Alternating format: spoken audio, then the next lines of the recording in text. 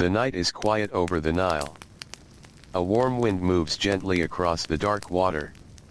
Small waves touch the muddy banks and then fade away again. Above, countless stars hang over the sleeping land. The river flows as it has flowed for thousands of years, carrying cool water through a country of sand, stone, fields, and villages. Somewhere in the darkness, a dog barks once and then falls silent.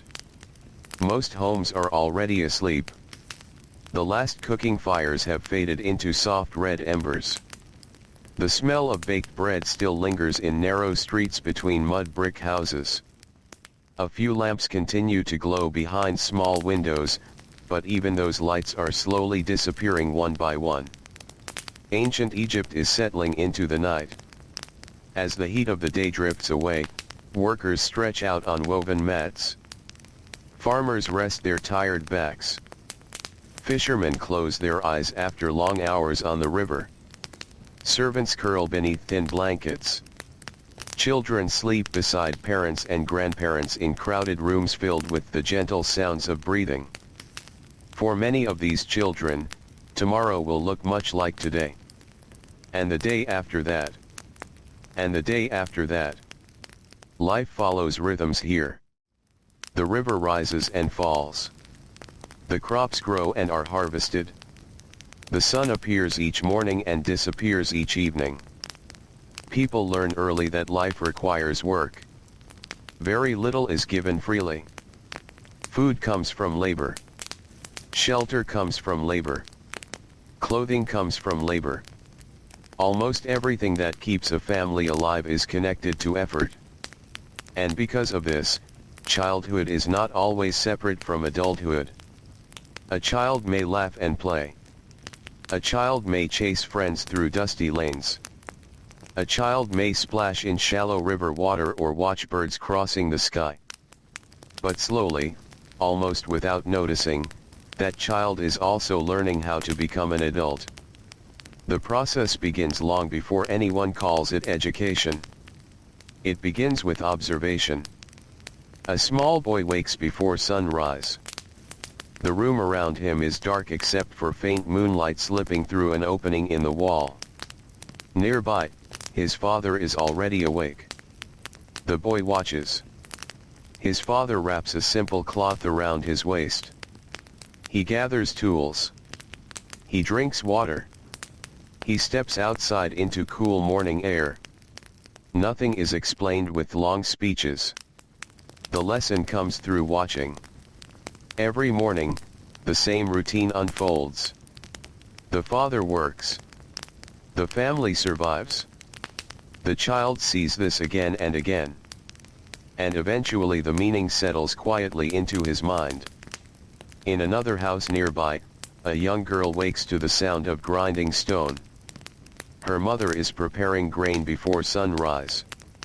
The stone will turn slowly. Grain becomes flour.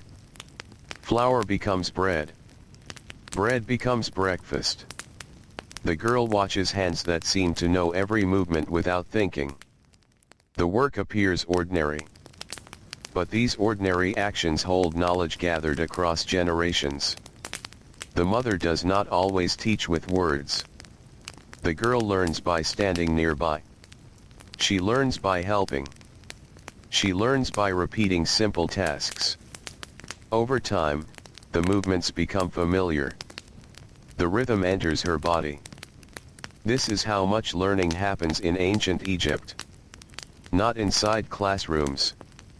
Not through books. But through daily life. The Nile Valley is full of children watching adults. Watching fields being planted. Watching fish being cleaned. Watching clay being shaped. Watching baskets being woven. Watching animals being cared for. Watching bread being baked. Watching roofs being repaired. The lessons never truly stop.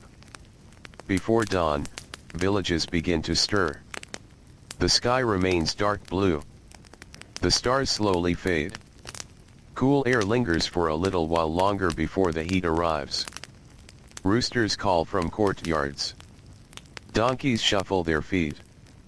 Somewhere a baby begins to cry. Doors open. People step outside. Children often wake early because everyone wakes early. The work of the day cannot wait.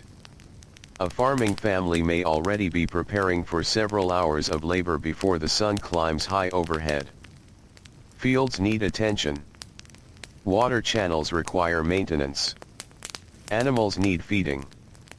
Tools need carrying. Even younger children often participate in small ways. A boy may help guide goats. A girl may carry water jars. Neither task seems especially important by itself. Yet together they begin building habits. Patience. Responsibility. Endurance. The ability to contribute. These qualities are not discussed as ideas. They are simply lived. As dawn spreads across the Nile, the world slowly brightens. Palm trees cast long shadows. Birds call from reeds near the riverbank. Mist rises lightly from the water. For a brief time, everything feels cool and peaceful. Then the heat begins. By mid-morning, sunlight pours over fields and villages. Mud brick walls warm beneath its touch. Dust rises from roads. Workers wipe sweat from their faces. Children feel the same heat. They grow familiar with discomfort from an early age. Life does not pause because the day is hot. Tasks continue. A child helping in a field may spend hours under the sun. Not because anyone wishes hardship upon them, but because the family depends on many hands. The harvest cannot wait. The irrigation channels cannot wait. The animals cannot wait. The needs of daily life shape childhood itself. Still, childhood contains moments of freedom. Between duties, children find ways to enjoy themselves. Groups gather beside narrow streets. They play games using stones. They race through open spaces. They invent competitions. They laugh. The sound of children playing carries through villages much as it does anywhere people live. Yet even play often prepares them for adult life. Running strengthens growing bodies. Games teach cooperation. Friendly competition teaches resilience. Children learn social roles long before adulthood arrives. They discover how communities function. They learn who can be trusted. They learn how disagreements are settled.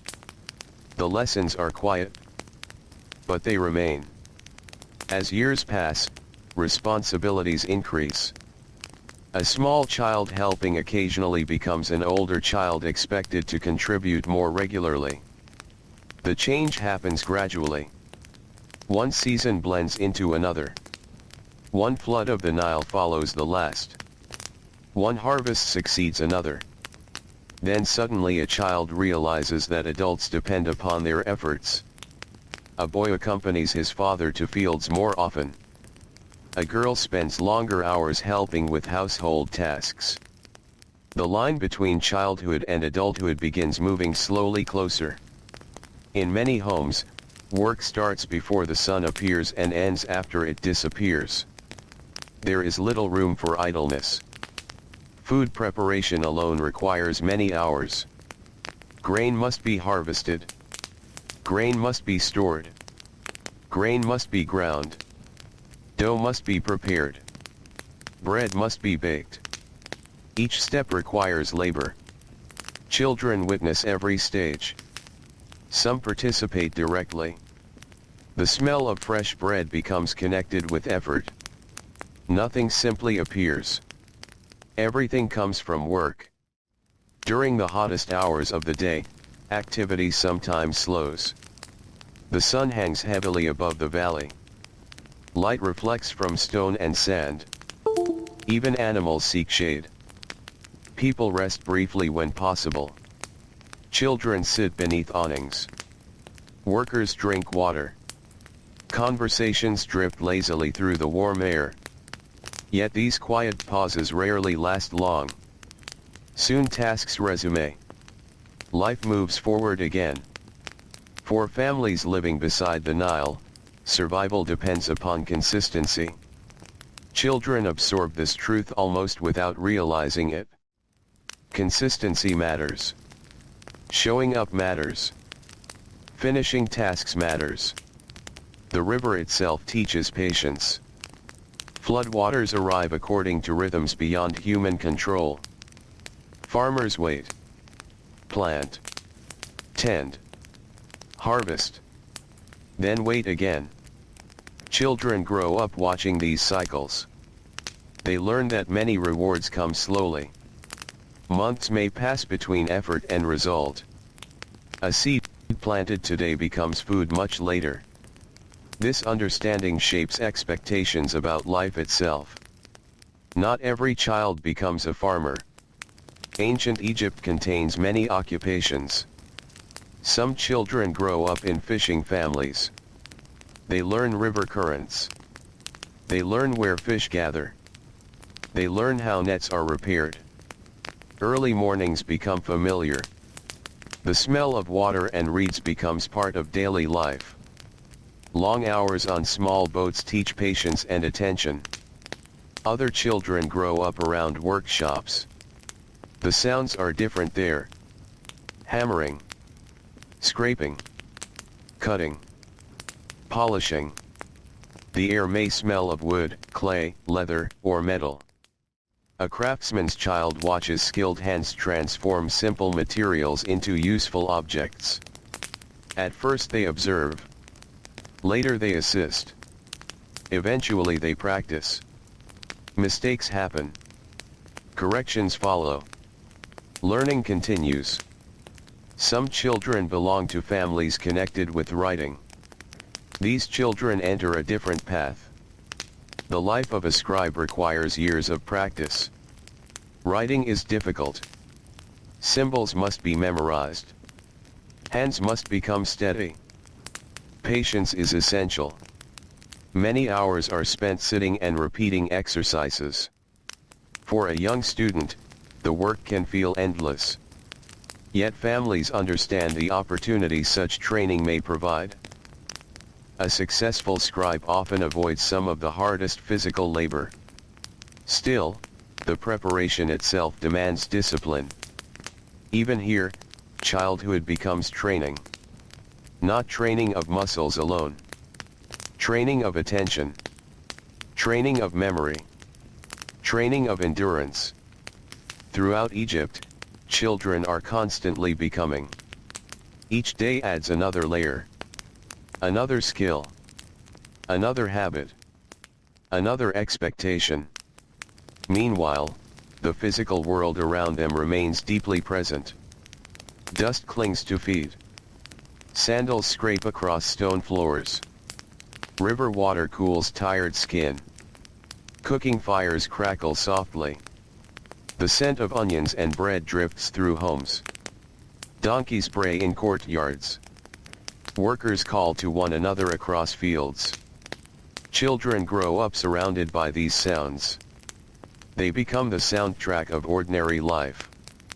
As evening approaches, shadows lengthen. The heat finally begins to loosen its grip. People return from fields and workshops. Children return with them. Bodies feel tired. Arms ache. Feet hurt. Dust covers clothing. Yet there is comfort in returning home. Families gather together. Simple meals are shared. Stories are exchanged. A parent asks about the day's work. Advice is offered. Corrections are given. Encouragement appears in small forms. These moments matter. The training of childhood is not only labor. It is belonging. A child learns that they are part of something larger than themselves. A household. A family. A village. A community connected by shared effort. Night falls again. The stars return. The river continues flowing through darkness. Inside mud brick homes, children drift toward sleep. Tomorrow will bring more lessons. Not formal lessons. Not lessons announced by teachers. But lessons carried by daily life. Lessons hidden within ordinary routines. Lessons that slowly shape young minds and strong hands. And as the Nile moves quietly beneath the moonlight, another generation continues learning how childhood prepares them for the long responsibilities waiting beyond the horizon of youth. Far away from royal palaces and grand temples, in the homes of ordinary people, the process never truly pauses. Even in sleep, another day is approaching. Another dawn. Another field. Another workshop. Another quiet step toward adulthood. The night slowly passes. A faint silver glow begins to gather along the eastern horizon. The stars remain visible, but their brightness softens as dawn approaches. The Nile continues its steady journey through the valley, moving quietly past villages, fields, reeds, and sleeping boats tied along muddy banks. Inside a modest mud brick home, a young boy stirs awake. The room is still dark. He can hear someone moving nearby. His mother has already risen. A grinding stone turns with a familiar sound. Grain presses beneath the stone wheel, becoming flour little by little. This sound has greeted him for most of his life. It is one of the first sounds many children learn to recognize. Long before sunrise, work is already beginning. The air feels cool for now. The heavy heat of the day has not yet arrived. This brief period before dawn is precious. People move quickly to use these comfortable hours while they can. The boy sits up and rubs his eyes. His younger sister remains asleep nearby.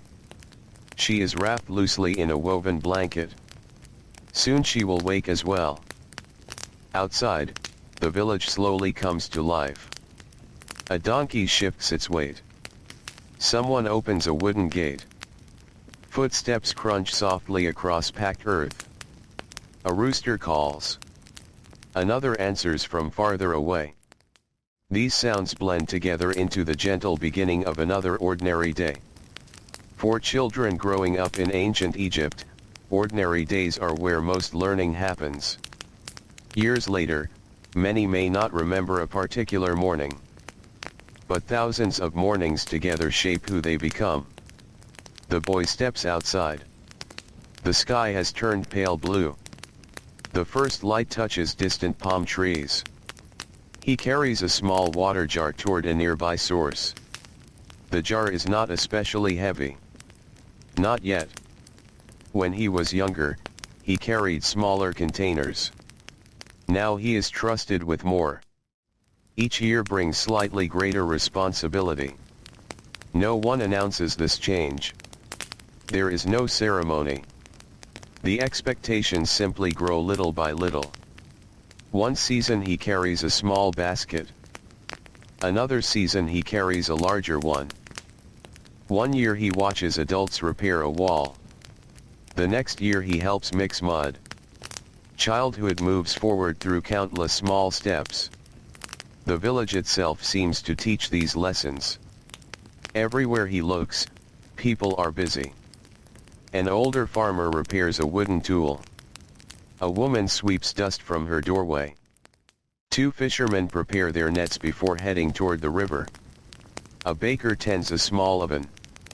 Children observe all of this. Even when they appear distracted, they are learning. The habits of adulthood surround them. The rhythm enters their minds long before they fully understand it.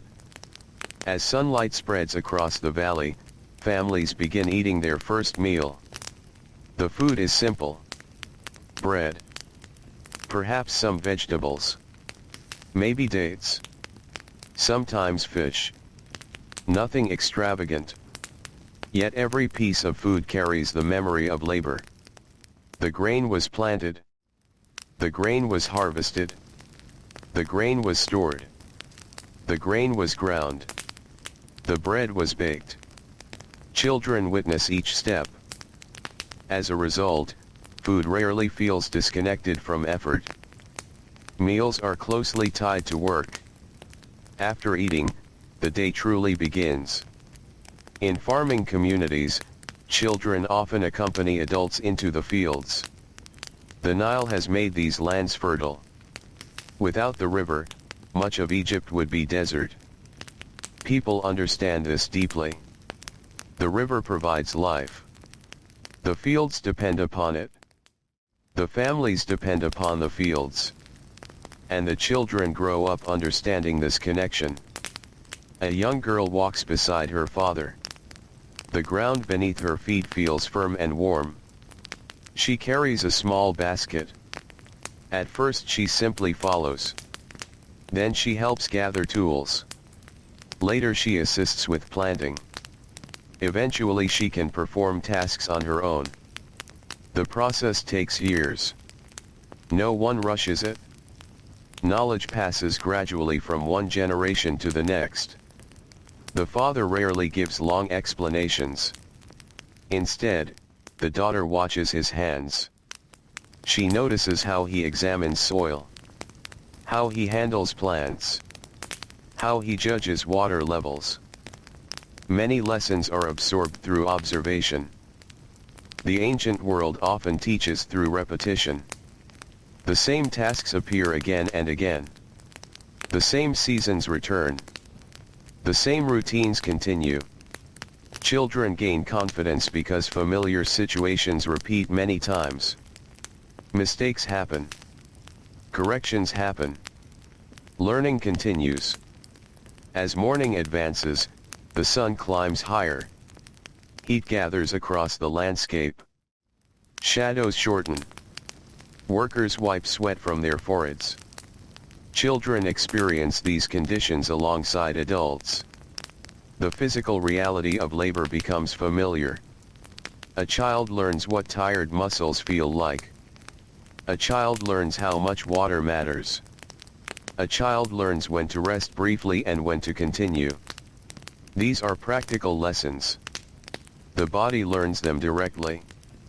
Nearby, along the riverbank, another group of children helps with fishing work. The Nile stretches wide beneath the sunlight. Birds move across the water. Reeds sway gently in the breeze. Small boats drift near shore. Fishing families often live according to the river's moods. Children raised in these homes learn to read the water. They notice currents. They notice changing weather. They notice where fish tend to gather. These observations begin very early. A small boy may spend hours simply sitting near his father. He watches quietly. He notices how nets are handled, how knots are tied, how fish are sorted after being caught. At first the details seem endless. Yet over the years, the knowledge settles naturally into memory. One day he realizes he understands things that once seemed mysterious. That moment arrives slowly. Learning has been happening all along. Elsewhere, in a crowded workshop, a different childhood unfolds. The air smells of wood shavings. Sunlight enters through a narrow opening overhead. Tools hang along walls. Workers move carefully through limited space. A craftsman's daughter sits nearby shaping clay. Her hands are still small. The clay does not always cooperate. Sometimes it collapses. Sometimes it cracks. Sometimes the shape comes out wrong. Yet nobody expects perfection. Practice is part of the process. She tries again. The workshop remains patient. The same lesson appears everywhere. Adulthood requires skill. Skill requires repetition. Repetition requires time. Childhood becomes the period when that time is invested. Throughout Egypt, children live close to the realities of adult life. There is little separation between the worlds of children and grown people. Children see work. Children see fatigue. Children see responsibility. They also see resilience. When something breaks, adults repair it. When crops struggle, adults adapt. When illness appears, families care for one another. The challenges of life remain visible. So do the responses. This visibility teaches powerful lessons. As noon approaches, the heat becomes intense. The sun seems almost motionless overhead. Air shimmers above the fields. Stone walls radiate warmth. Dust feels hot beneath bare feet. Even the animals move more slowly. For many children, these hours become lessons in endurance. Work may continue despite discomfort. Tasks still need attention. Animals still require care. Water still needs carrying. The demands of daily life do not disappear. Yet people also understand limits. Shade becomes valuable.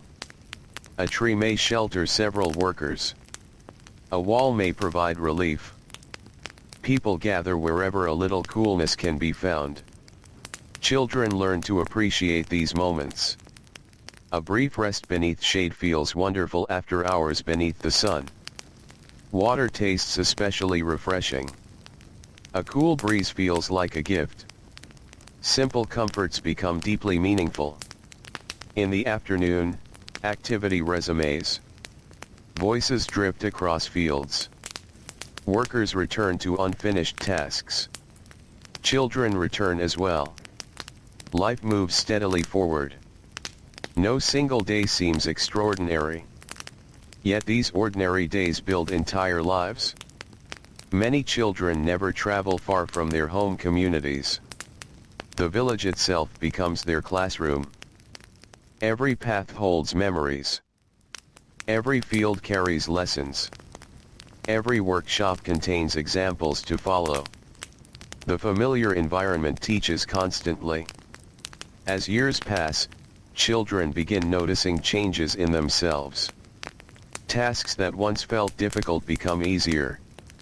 Objects that once seemed heavy become manageable. Skills that once required concentration become automatic. Growth reveals itself through capability.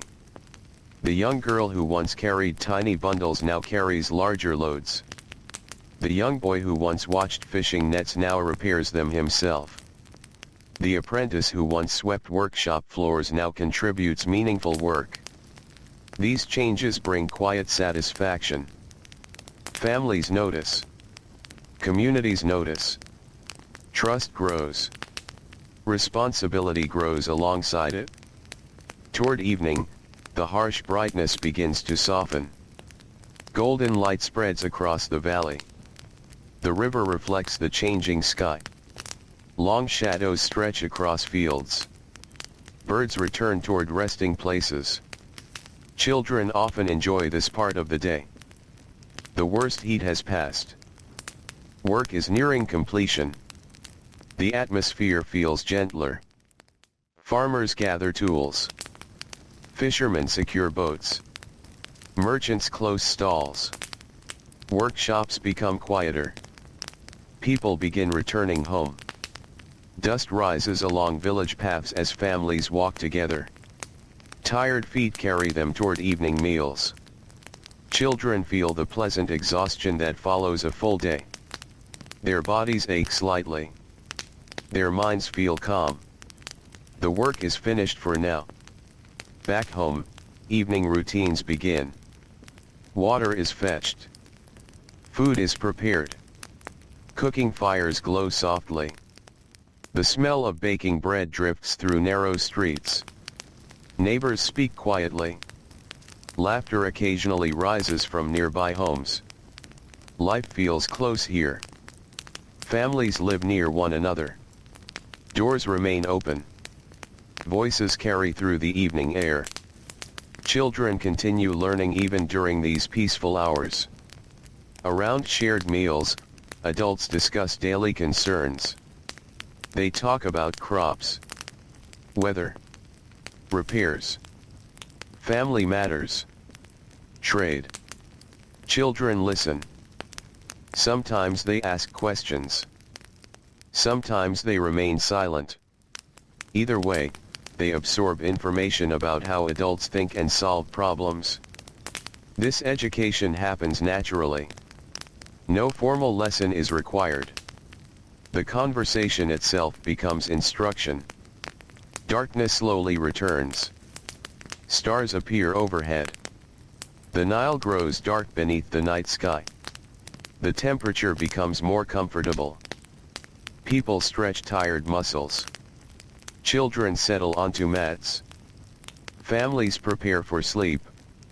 Before drifting off, some children think about tomorrow's tasks. Others simply close their eyes. The village grows quieter. One by one, lamps are extinguished. The sounds of work fade away. Only distant insects and the quiet movement of water remain. Another day has passed. Another day of learning. Another day of becoming. Not through grand events. Not through dramatic moments. But through ordinary experiences repeated gently over time.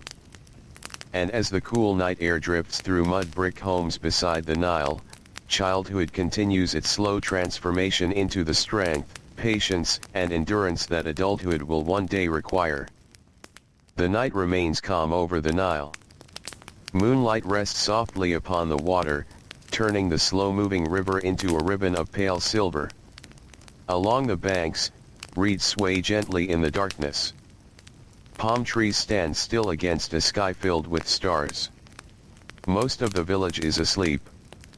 The day's labor has ended. For now. Inside the mud brick homes, families rest close together. The air is cooler than it was during the afternoon. After a long day beneath the sun, this relief feels welcome. A child sleeps beside his parents. Another sleeps near grandparents. In many homes, several generations share the same space. The sounds are familiar. Quiet breathing. Occasional movement. The distant bark of a dog. The soft rustle of wind outside. These simple sounds become part of childhood itself. They create a feeling of safety. A feeling of belonging. A feeling that the world, at least for tonight, is at peace. Yet even while children sleep, the world around them continues its slow movement. The Nile flows onward. The stars wheel silently overhead. And somewhere beyond the darkness, another dawn is already beginning its journey toward Egypt. When morning finally arrives, it comes gradually. The eastern sky brightens little by little. Blue becomes pale gold. The stars disappear one by one. Birds awaken among the reeds. A fisherman rises before most others. His day often begins early. Very early. The river rewards those who greet it before the heat arrives. His son wakes as well. The boy is not yet fully grown. His hands remain small. His shoulders are narrow. But he has already spent years learning the river's habits. He knows where certain fish gather. He knows how to untangle rope. He knows how to fold nets properly.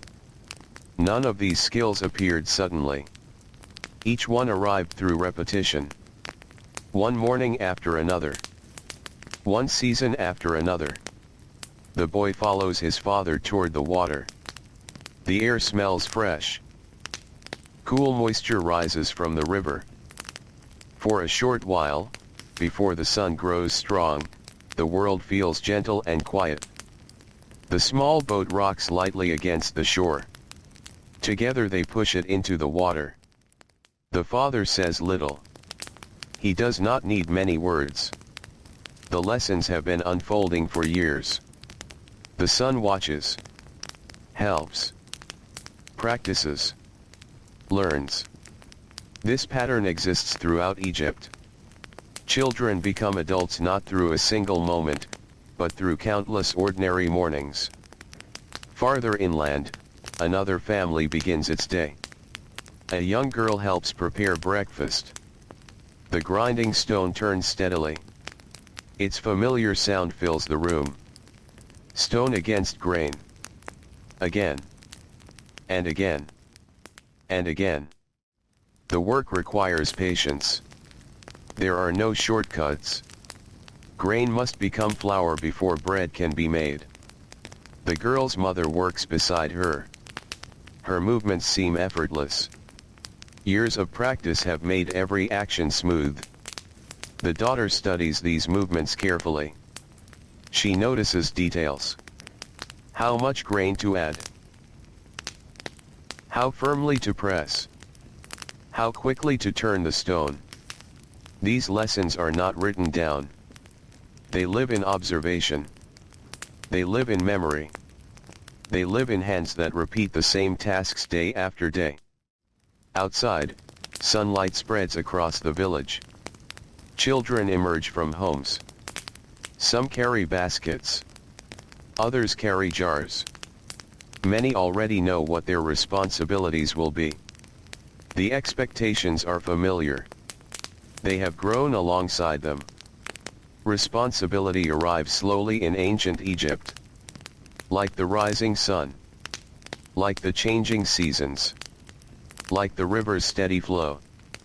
A child is trusted with a small task. Then a slightly larger one. Then another. Confidence grows step by step. The process is gradual enough that it often feels natural. A boy may remember when he carried only a tiny water jar. Now he carries one nearly as large as those used by adults.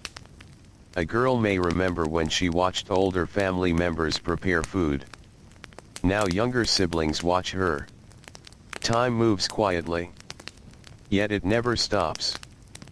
As the day warms, the village becomes busier. Voices drift through narrow streets. Donkeys carry loads between homes and fields. Merchants arrange goods. Farmers walk toward cultivated land. Children move among these activities. The boundary between learning and working remains difficult to see. Often they are the same thing. Learning happens through participation. Through effort. Through experience. A child learns how much water a field requires by helping irrigate it. A child learns how to repair a basket by sitting beside someone who already knows. Knowledge passes from person to person. Generation to generation. Like the river itself. Always moving forward. The fields surrounding the Nile require constant attention. Egypt's fertile soil is a gift, but it demands labor. Seeds must be planted. Channels must be maintained. Harvests must be gathered. Children witness these realities from an early age. The work can be tiring. The sun can be harsh. Yet these conditions become familiar.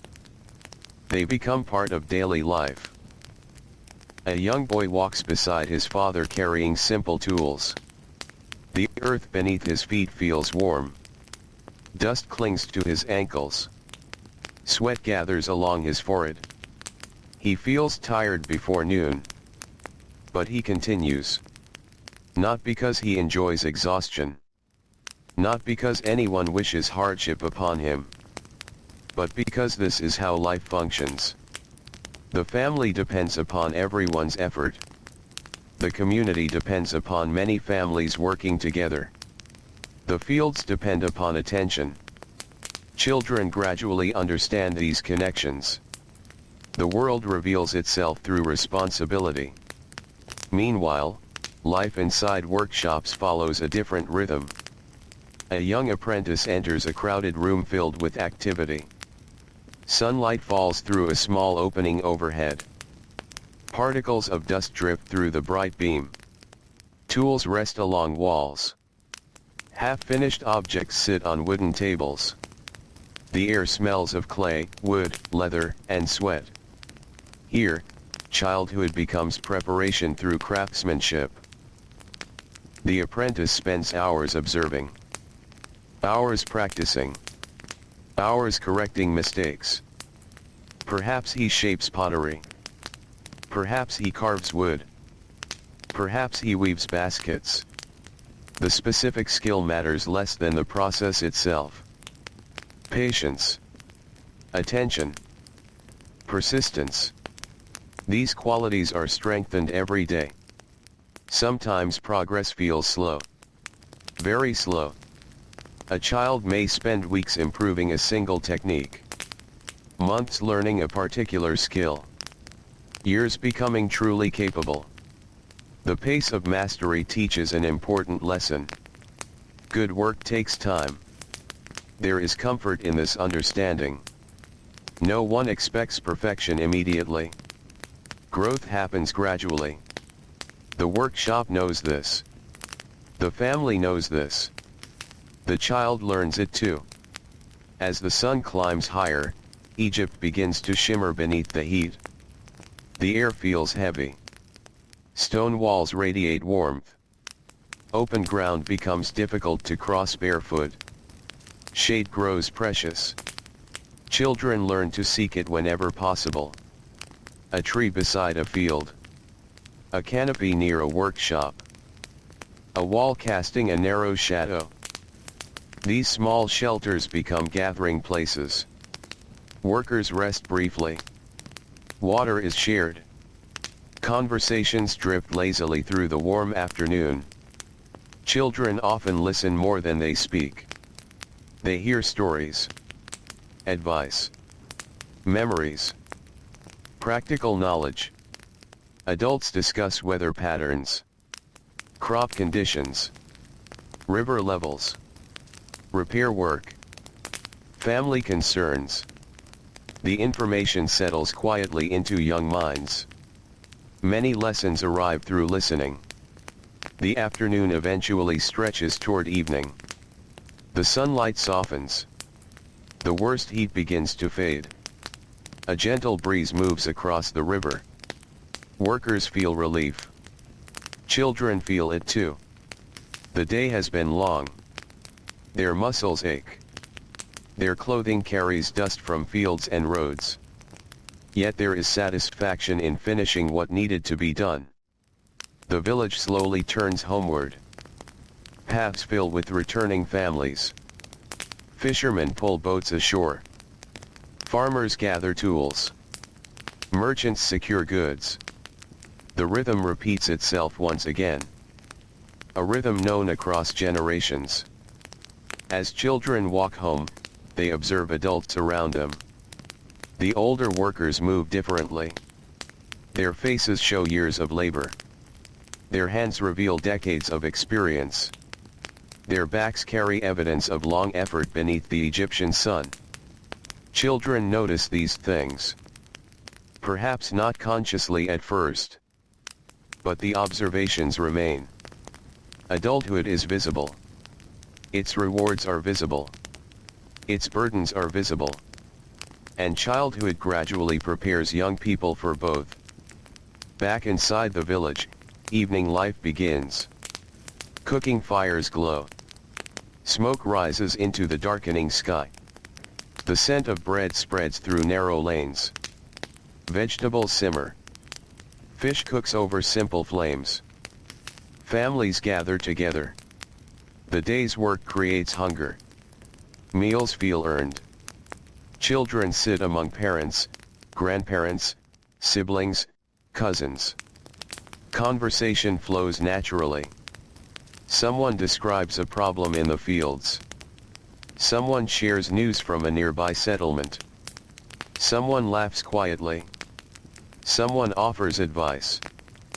The younger children listen. The older children contribute. Little by little, they become participants rather than observers. This change often happens so gradually that nobody notices the exact moment. 1 year a child listens silently. A few years later that same child is asked for help making decisions. Trust grows in small increments. Much like responsibility. Much like skill.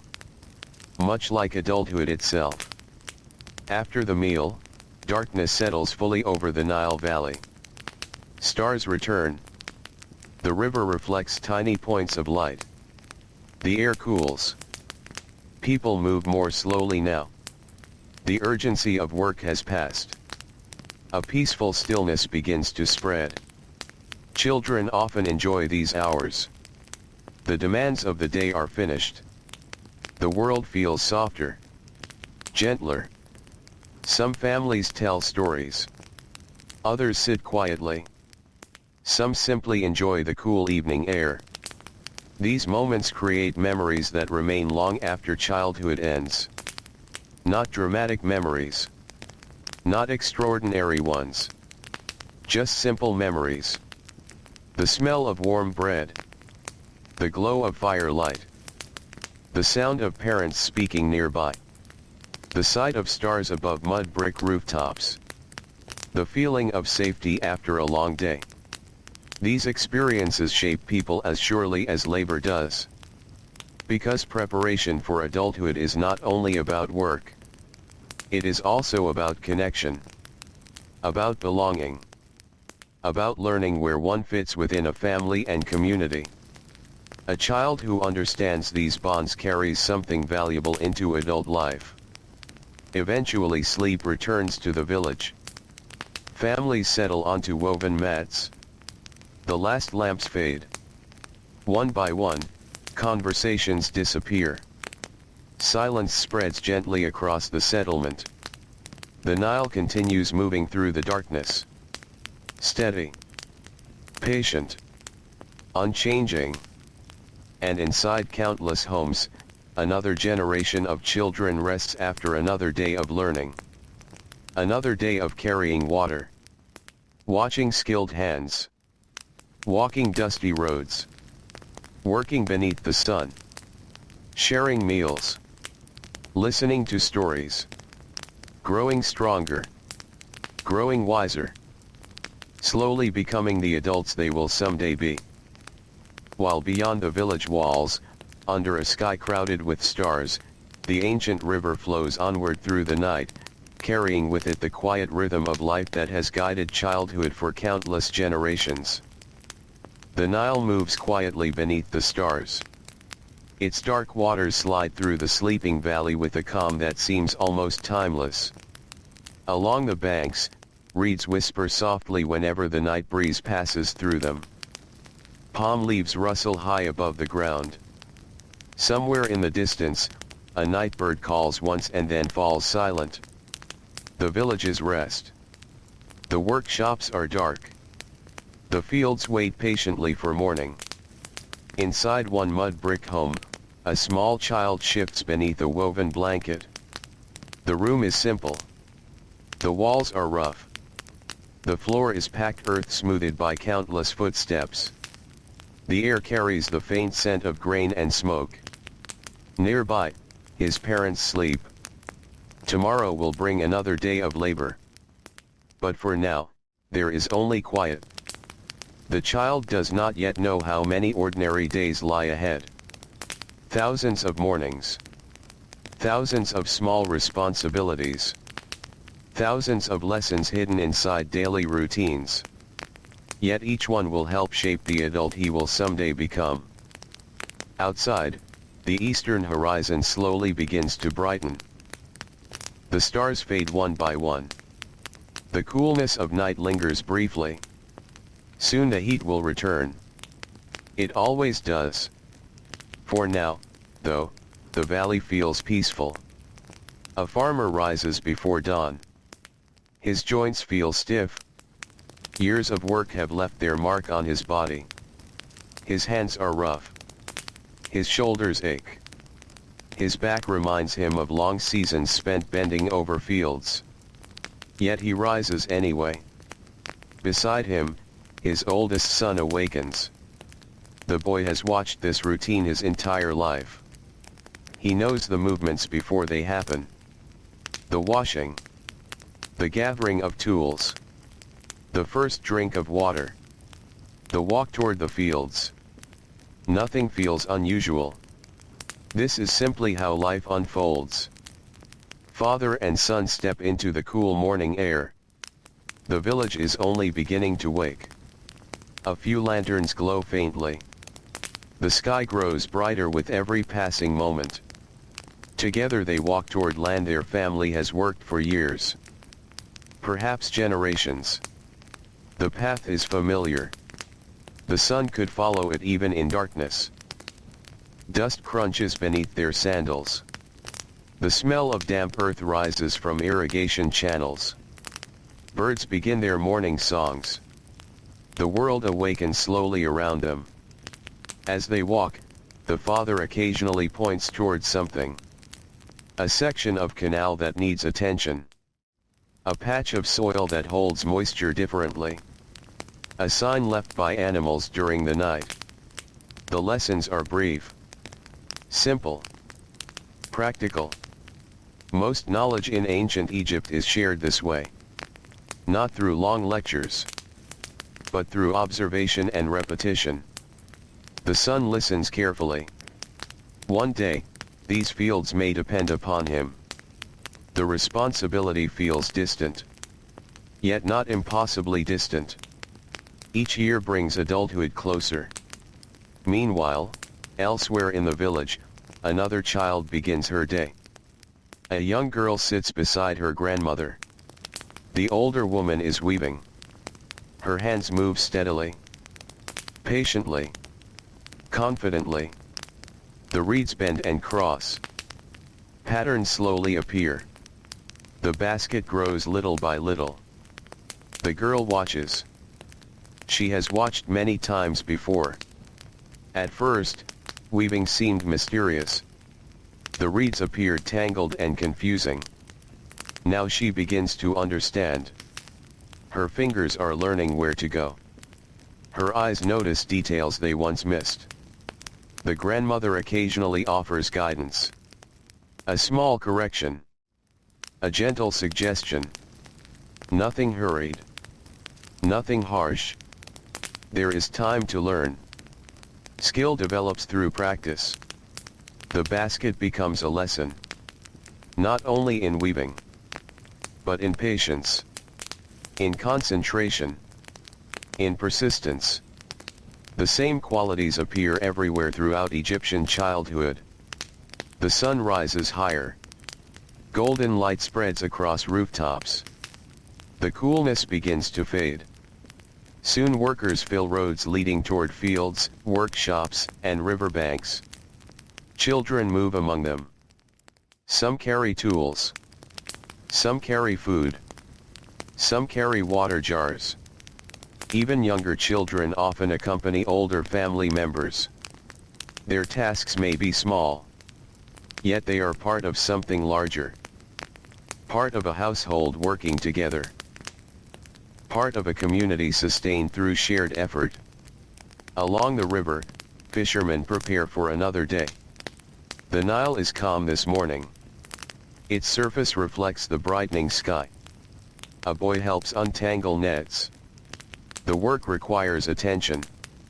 A careless knot can create problems later. The boy has learned this through experience. Several years ago he might have rushed. He might have become impatient.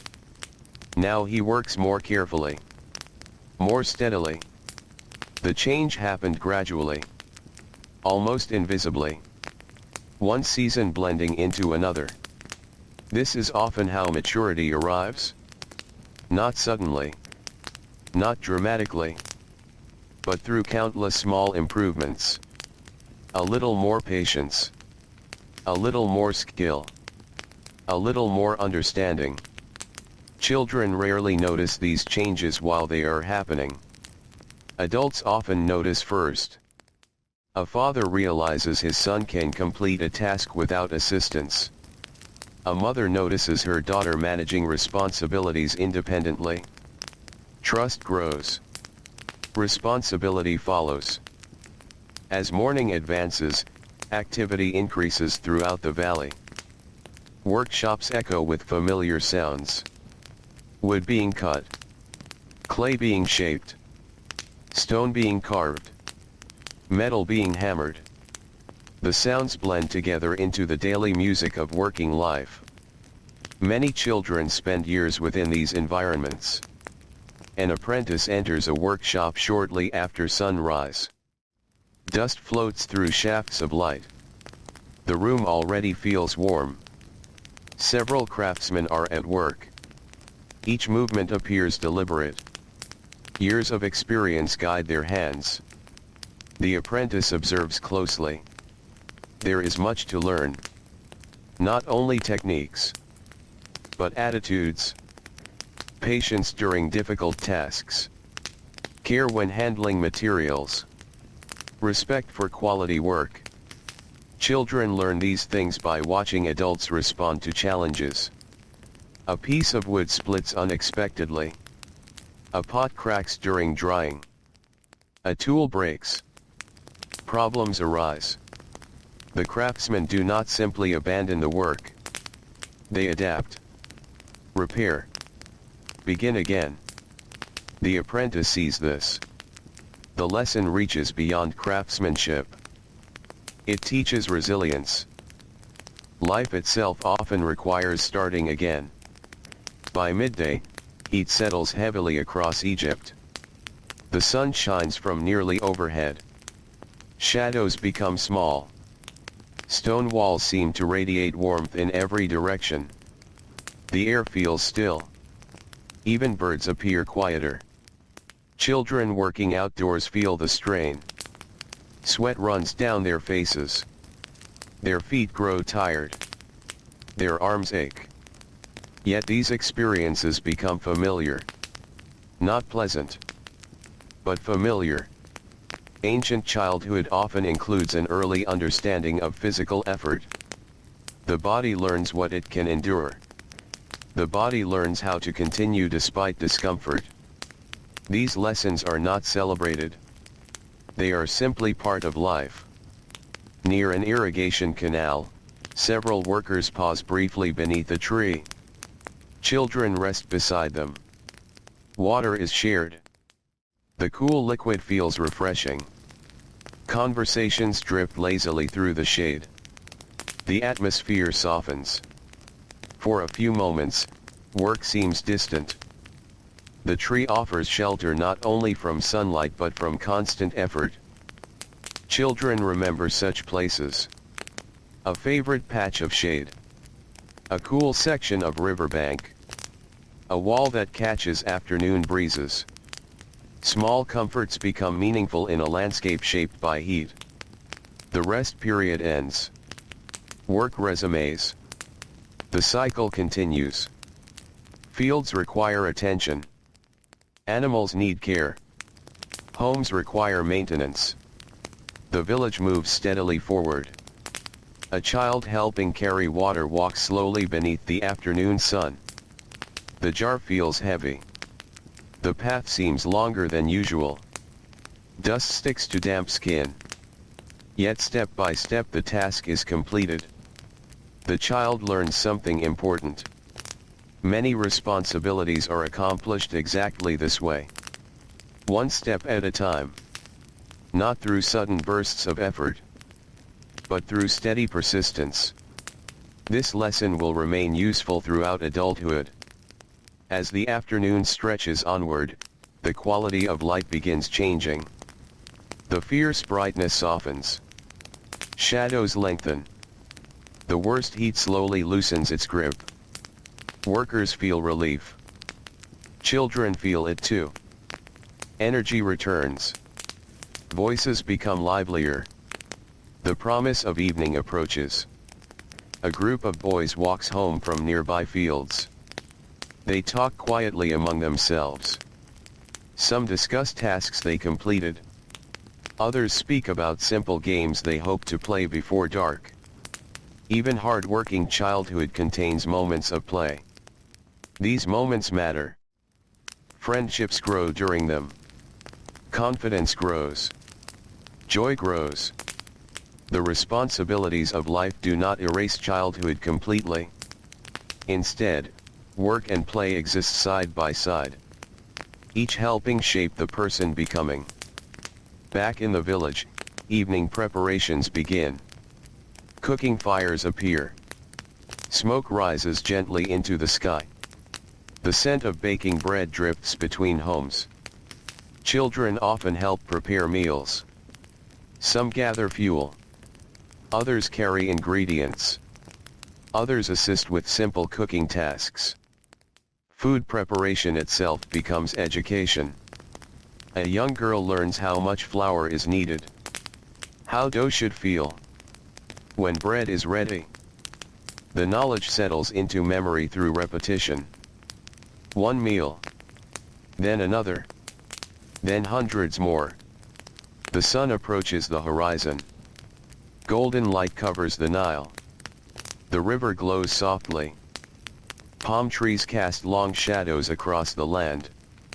The valley appears calmer now, more peaceful. The workday is ending. Families gather together once more. Meals are shared. Stories are exchanged. Advice passes between generations. Children listen closely. The adults around them carry decades of experience. Their words often contain lessons hidden inside ordinary conversation. A discussion about crops becomes a lesson in patience. A story about repairing a roof becomes a lesson in preparation. A memory about difficult years becomes a lesson in resilience. Knowledge moves naturally from old to young, just as it always has. Darkness gradually settles across the valley. The stars return, one by one. Then hundreds. Then thousands. The Nile reflects fragments of their light. The evening air feels cool against tired skin. People relax. Children grow sleepy. The day's labor has left its mark. Muscles ache pleasantly. Eyes feel heavy. The comfort of rest awaits. Inside their homes, families prepare for sleep. The last lamps flicker softly. Conversations become quieter. Soon only whispers remain. Then silence.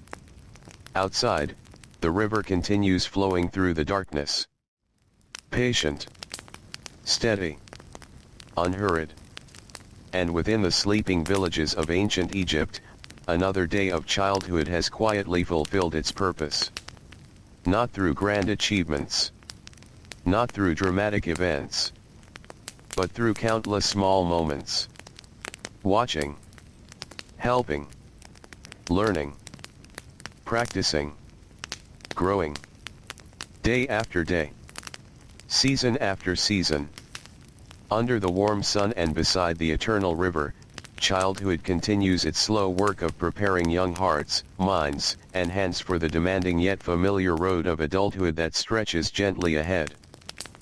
The stars linger above the Nile for a little while longer. Their reflections shimmer softly across the dark water. The river moves with quiet confidence, following a path it has known for countless generations. Along its banks, villages sleep beneath the fading night. Mud brick walls hold the coolness gathered after sunset. Palm trees stand motionless against the sky. For a few peaceful moments, the world feels suspended between yesterday and tomorrow.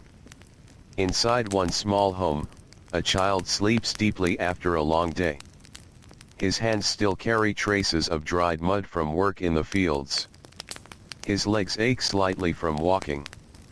His dreams drift through familiar places. Dusty roads. Green fields. The riverbank. The workshop where his uncle works. The narrow streets where he and his friends sometimes play. The world of childhood is not separate from the world of adults. The two exist side by side. The same roads. The same houses. The same fields. The same river. Children grow up surrounded by the responsibilities they will someday inherit. Outside, dawn begins its slow arrival. The eastern horizon glows faintly. Birds stir among the reeds. The cool air carries the scent of damp earth and river water. Soon another day will begin. Soon the familiar rhythm will return. The first to rise are often those whose work depends upon the earliest hours. A baker awakens before sunrise. The village still sleeps as he prepares his oven. A nearby child, perhaps his daughter, wakes as well. She has seen these mornings many times. At first she only watched. Now she helps. Small pieces of wood are gathered. The oven is prepared. Flour is measured. Water is added. Hands move through motions practiced countless times before. The work is steady. Patient. There is comfort in its familiarity. The girl notices details now that once escaped her attention. She knows how dough should look. She knows how it should feel. She knows when the fire is too strong and when it is too weak. Knowledge has quietly entered her life through repetition. No grand lesson marked its arrival. It simply became part of her. As the first bread begins to bake, a warm scent fills the air. Soon that scent drifts into nearby streets. For many villagers, the smell of fresh bread becomes one of the first signs that morning has arrived. Children grow up surrounded by such familiar experiences. The smell of baking grain. The sound of grinding stones. The creak of wooden doors opening before dawn. The sight of workers beginning their day. These small details become woven into memory. As sunlight spreads across the valley, families emerge from their homes. The village slowly fills with movement. A woman carries water. A merchant arranges goods. A fisherman heads toward the river. Children accompany many of these adults. Sometimes they help. Sometimes they observe. Often they do both. Observation is one of the great teachers of ancient childhood. A boy watches his father negotiate with a customer. He notices patience, courtesy, careful listening. These lessons extend beyond the specific task. They teach ways of moving through the world. A girl watches her mother manage household responsibilities. She sees planning, organization, attention to detail. Again, the lesson reaches beyond the immediate work. Skills are being passed from one generation to the next. Not only practical skills, but habits of mind, ways of thinking, ways of responding, ways of enduring. The sun rises steadily higher. Warmth spreads across the landscape. Fields begin filling with workers. Children walk alongside parents and older siblings. Some carry tools. Others carry food for later meals. The roads are dusty. Sandals leave temporary marks in the earth. Voices drift through the morning air. The atmosphere feels busy but unhurried. Life follows a rhythm developed over many centuries. People understand what needs to be done. The tasks are familiar. Near the fields, a young boy helps guide a small group of animals. He moves carefully. The responsibility is not enormous. Yet it matters.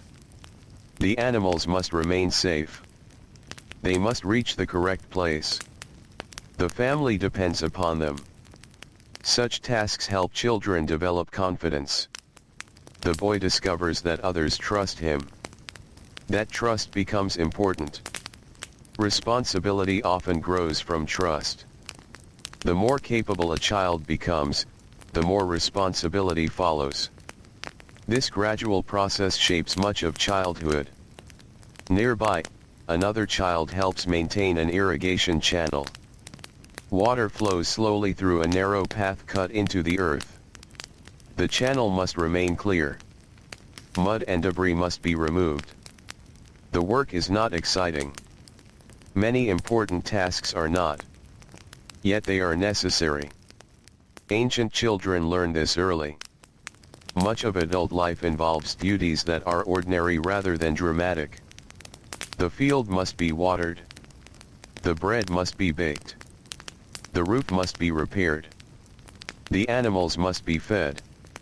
The work continues because life depends upon it. As the morning progresses, the heat grows stronger. The sky remains clear and bright. Sunlight reflects from stone walls and dusty roads. Children wipe sweat from their faces. Workers do the same. The physical demands of daily life are shared across generations. A young apprentice in a workshop feels the warmth building inside the room. The walls trap heat. The air becomes heavy.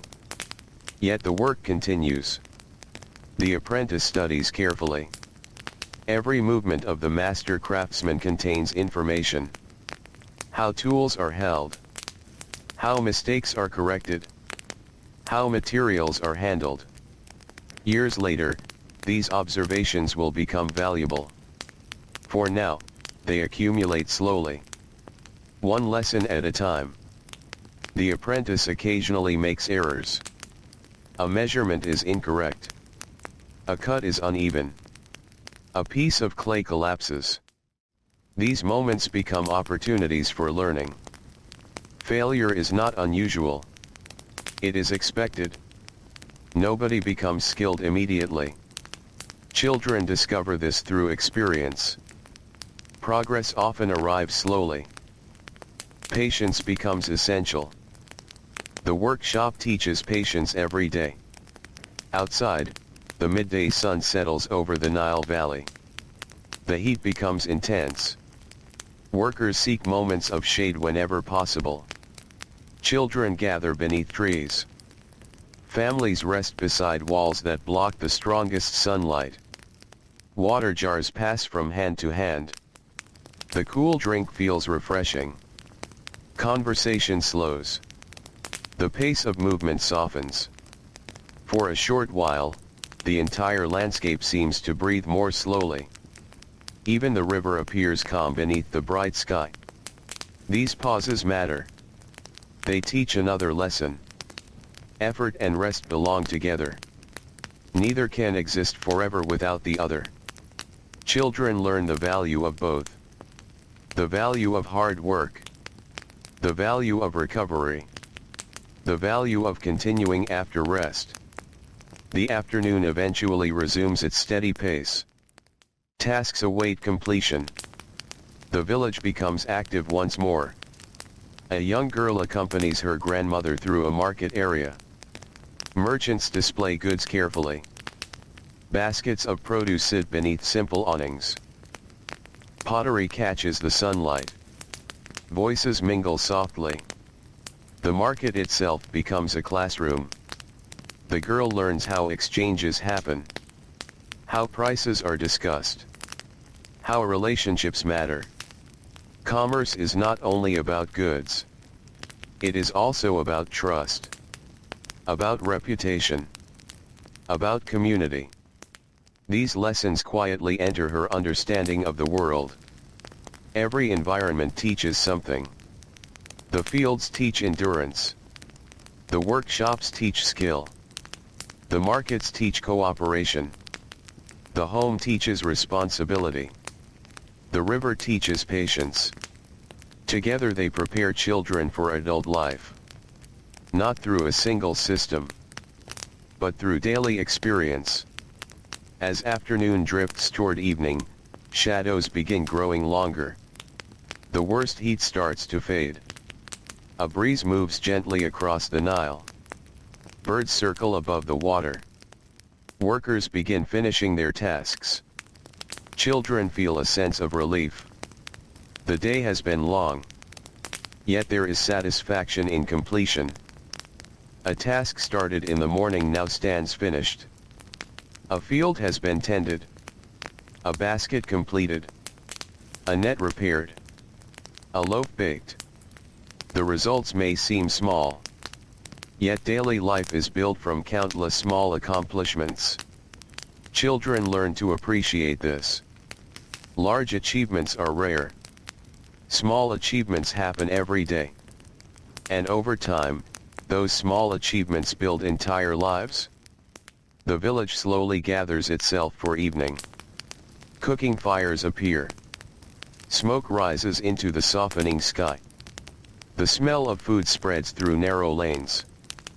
Families return home. The atmosphere changes. Work gives way to rest. The demands of the day loosen their grip. Children often enjoy this transition. There is comfort in returning home. Comfort in familiar faces. Comfort in shared meals. Inside one home, a family sits together. Bread is divided. Simple food is shared. The conversation moves easily. A father speaks about repairs needed after the next flood season. An older brother discusses work completed that day. A grandmother shares a memory from long ago. The younger children listen.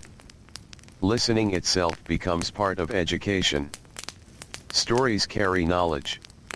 Experiences carry warnings. Memories carry wisdom. The evening meal becomes another classroom. One without walls. One without formal lessons. Yet often just as important. Darkness arrives slowly. The sky deepens from gold to blue and finally to black. Stars emerge overhead. The Nile reflects their light. The village grows quieter. Children begin feeling sleepy. Their bodies are tired from movement and labor. Their minds are calm. The day has provided structure, purpose, routine. These things create a sense of stability. Inside their homes, families prepare for sleep. Mats are arranged. Lamps burn softly. The last conversations fade into whispers. Outside, the river continues its endless journey through the darkness.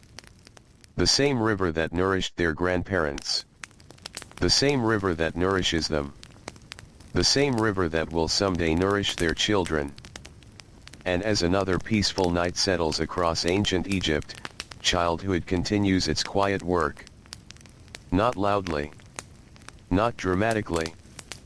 But steadily. Like the Nile itself. Flowing forward.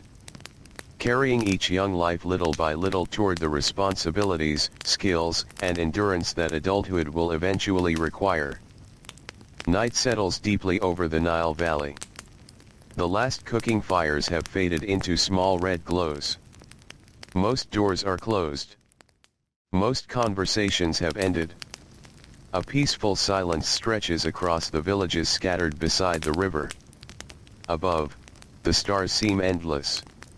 They shine over fields, over boats resting along muddy banks, over workshops standing empty until morning, and over the countless homes where families sleep together beneath simple roofs. The air is cooler now.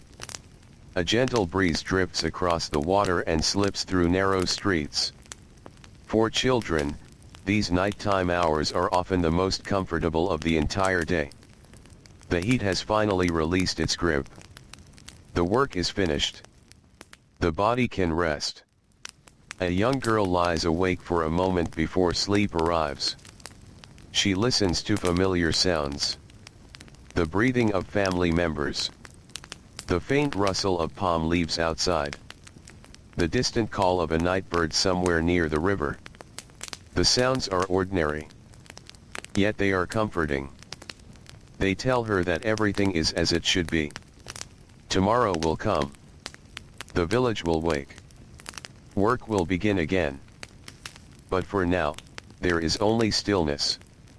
Eventually her eyes close. Sleep takes her gently.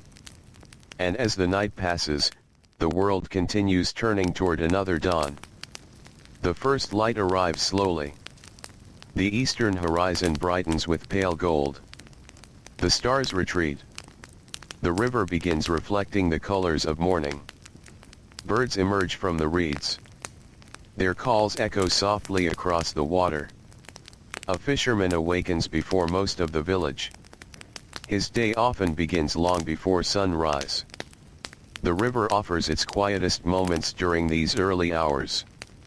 His daughter rises as well. She has accompanied him many times before. The small boat waits at the shoreline. Its wooden surface is worn smooth by years of use. Together they walk toward it through cool morning air. The daughter carries a coil of rope. Not because she must, but because she can. Years ago she was too small to help. Now she contributes in meaningful ways. This is how childhood changes. Capability arrives gradually. The daughter steps carefully into the boat. The river rocks gently beneath her feet. The movement feels familiar, comfortable. She has spent much of her life near the water. The Nile is more than a river.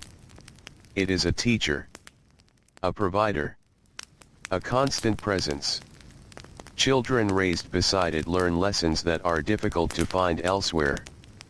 Patience, observation, respect for forces larger than themselves. The father casts a net. The daughter watches. She has seen the motion countless times. The graceful arc, the splash, the careful retrieval. Soon she will perform the same task herself. Not perfectly at first, but well enough. Then better still. Learning often follows this path. Small improvements repeated over many years. As sunlight spreads across the valley, villages begin waking. Doors open. Voices appear. The smell of bread drifts into the morning air. Children emerge from homes carrying jars, baskets, and tools. The roads fill with movement. Dust rises beneath sandals. Life begins once again. A young boy accompanies his mother to fetch water. The clay jar feels heavy when empty. It will feel heavier on the return journey. Still, he walks beside her without complaint. The route is familiar. The task is familiar. He has completed it many times. What once felt difficult has become routine. This is another quiet lesson of childhood.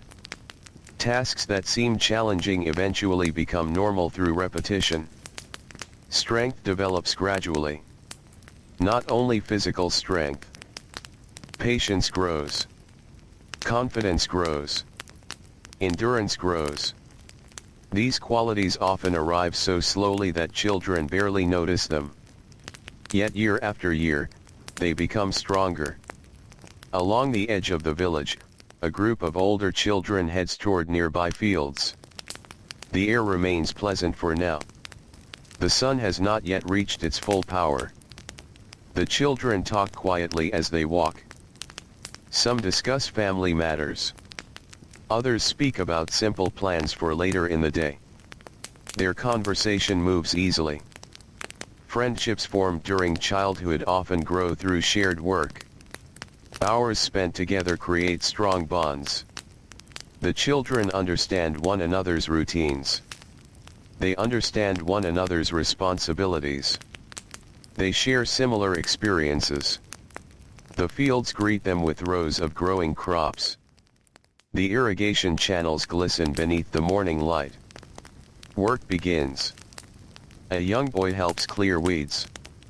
A girl carries small bundles of harvested plants.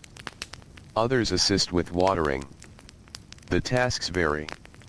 The purpose remains the same. The land requires care. The family requires food. Everyone contributes.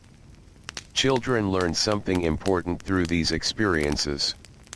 They learn that their actions matter. That even small efforts can help others. That responsibility is not simply a burden. It is also a form of participation. A way of belonging. Meanwhile, inside a workshop closer to the village center, another lesson unfolds. An apprentice arrives shortly after sunrise. The room smells faintly of clay and dust. Tools rest neatly along shelves. Sunlight enters through a small opening in the roof. The master craftsman is already working. His hands move with confidence developed over decades. The apprentice watches closely. Observation remains one of the most valuable forms of education. The craftsman rarely explains every detail. Instead, he demonstrates. The apprentice learns by seeing, by repeating, by making mistakes. The work progresses slowly. A piece of clay must be shaped carefully. Too much pressure can ruin it. Too little pressure achieves nothing. Balance matters. Patience matters. The apprentice discovers this repeatedly. Many childhood lessons involve balance. When to act quickly. When to move slowly. When to speak. When to listen. These skills take years to develop. The workshop provides endless opportunities to practice them. As the morning continues, the village becomes fully awake. Merchants open stalls. Animals move through narrow streets. Children run errands for parents and grandparents. The sounds of daily life fill the air. Nothing feels extraordinary. And yet these ordinary moments shape entire generations. Most people in ancient Egypt spend their lives surrounded by routines. The same river. The same fields. The same roads. The same seasons. Children grow up inside these rhythms.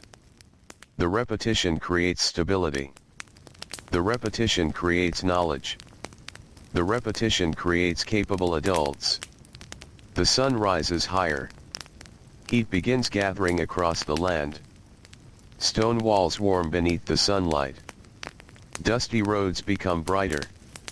Workers wipe perspiration from their foreheads. Children do the same. The physical demands of life remain ever present. A young girl helping prepare food feels sweat forming along her neck as she works near a cooking fire. The oven radiates warmth. The room feels hot. Still, the work continues. Bread must be baked. Meals must be prepared. The household depends upon these tasks. The girl learns not only how to cook. She learns persistence. She learns attentiveness. A loaf forgotten for too long may burn. A fire left unattended may fade. Success often depends upon careful observation. These are valuable lessons. As midday approaches, shadows shrink. The sun hangs overhead. The landscape shimmers beneath intense heat. Workers seek brief moments of shade. Children gather beneath trees whenever possible. The coolness feels precious. Water jars become especially important. A drink of cool water can transform an exhausting afternoon. Children quickly learn to appreciate simple comforts. A breeze. A shaded wall. A cool drink. A place to sit for a few moments. Life in ancient Egypt teaches gratitude for ordinary things. During these rest periods, conversations often drift between generations. Older adults tell stories. Not grand stories about rulers and monuments, but stories about weather, harvests, family members, work completed long ago. Children listen carefully. These stories contain practical wisdom. They preserve memory. They connect generations. A grandfather may describe a flood season from many years earlier. A grandmother may explain how certain crops responded to unusual conditions. The details matter. Knowledge passed through conversation helps communities survive. The children listening today may someday share the same stories. The afternoon resumes. The work continues. The village returns to its familiar rhythm. A merchant's son helps organize goods. A fisherman's daughter repairs sections of net. A farmer's child assists in the fields. Different tasks. Different environments. Yet similar lessons. Responsibility. Patience. Skill. Endurance. The preparation for adulthood appears in many forms. As the day begins leaning toward evening, the atmosphere changes once again. The sunlight softens. The heat slowly fades. A breeze moves across the river. Birds become more active. Workers feel relief. Children feel it too. The hardest part of the day has passed. Now comes the quiet satisfaction of returning home. Paths fill with people heading back toward the village. Dust rises gently beneath their feet. The smell of evening cooking fires begins appearing in the air. For many children, this transition remains one of the most comforting parts of daily life. The workday ends. The family gathers. The pace slows. Inside homes, meals are prepared and shared. Voices blend together in relaxed conversation. Children sit beside parents and grandparents. They listen. They contribute. They learn. The lessons never truly stop. Evening itself becomes a teacher. Children observe how adults reflect upon the day. How problems are discussed. How decisions are made. How responsibilities are shared. These observations help prepare them for futures of their own. Outside, darkness gradually returns. The first stars appear above the Nile. The river glows softly beneath moonlight. The village becomes quieter with every passing hour. One by one, lamps are extinguished. Families settle onto woven mats. Children close tired eyes. Their muscles feel heavy from the day's efforts. Their minds drift gently toward sleep. And as silence settles once more across the ancient valley, another day of childhood joins the thousands that came before it. Another day of learning through work. Another day of growing through experience. Another day of becoming. The Nile continues flowing through the darkness. Patient. Steady. Unhurried. And beneath the endless stars of Egypt, childhood continues its slow and gentle preparation for the long road of adulthood waiting just beyond the horizon of youth.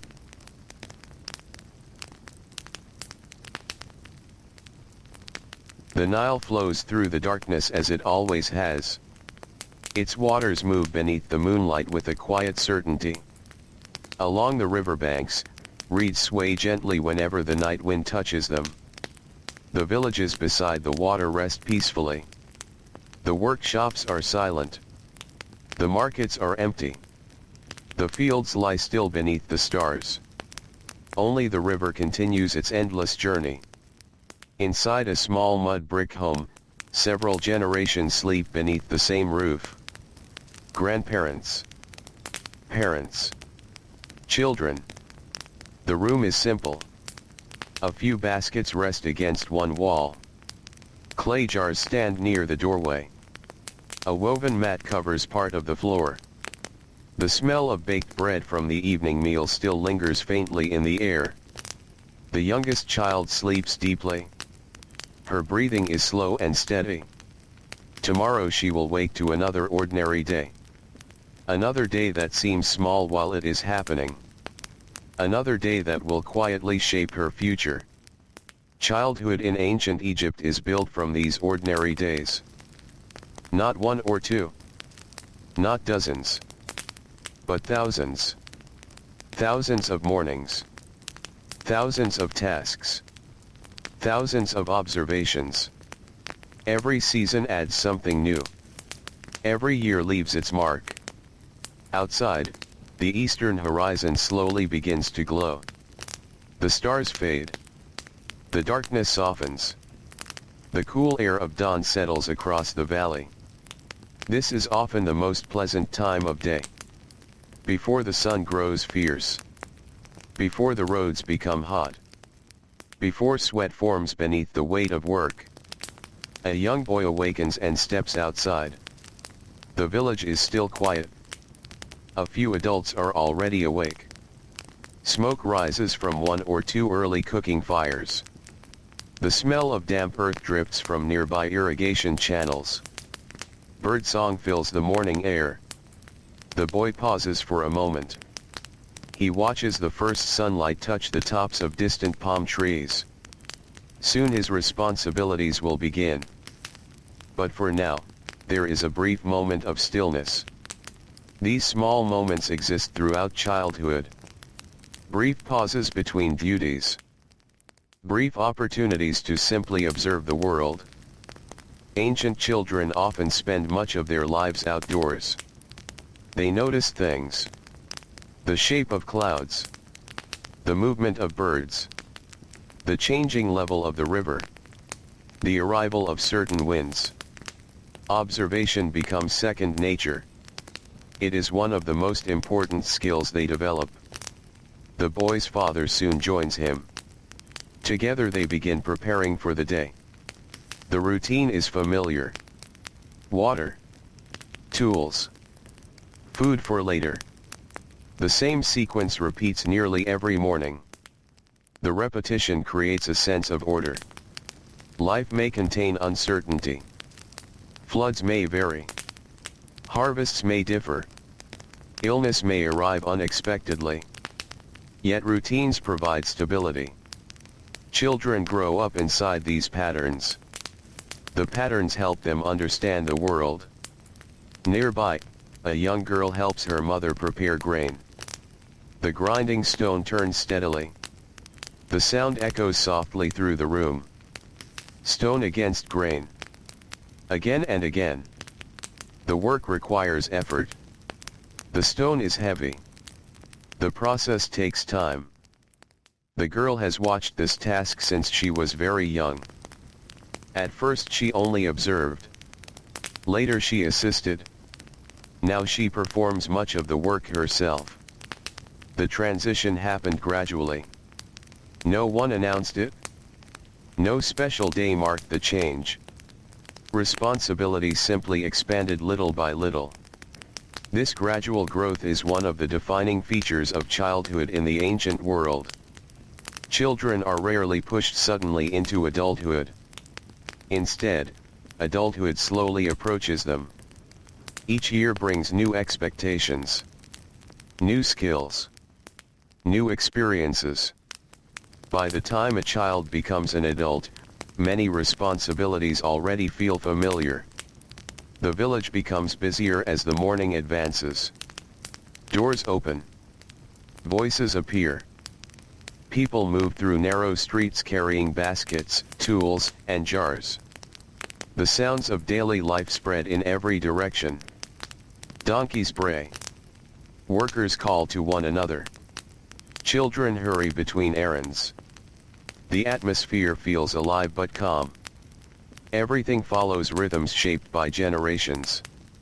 A group of children walks toward the river.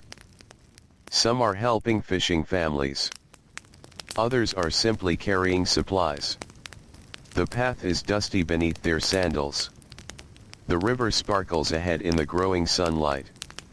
For children raised near the Nile, the river often feels like a companion. It is always there. Always present.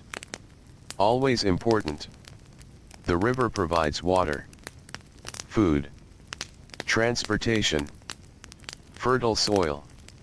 Children quickly learn that much of life depends upon it. A fisherman teaches his son how to examine a net. The lesson is simple. Look carefully.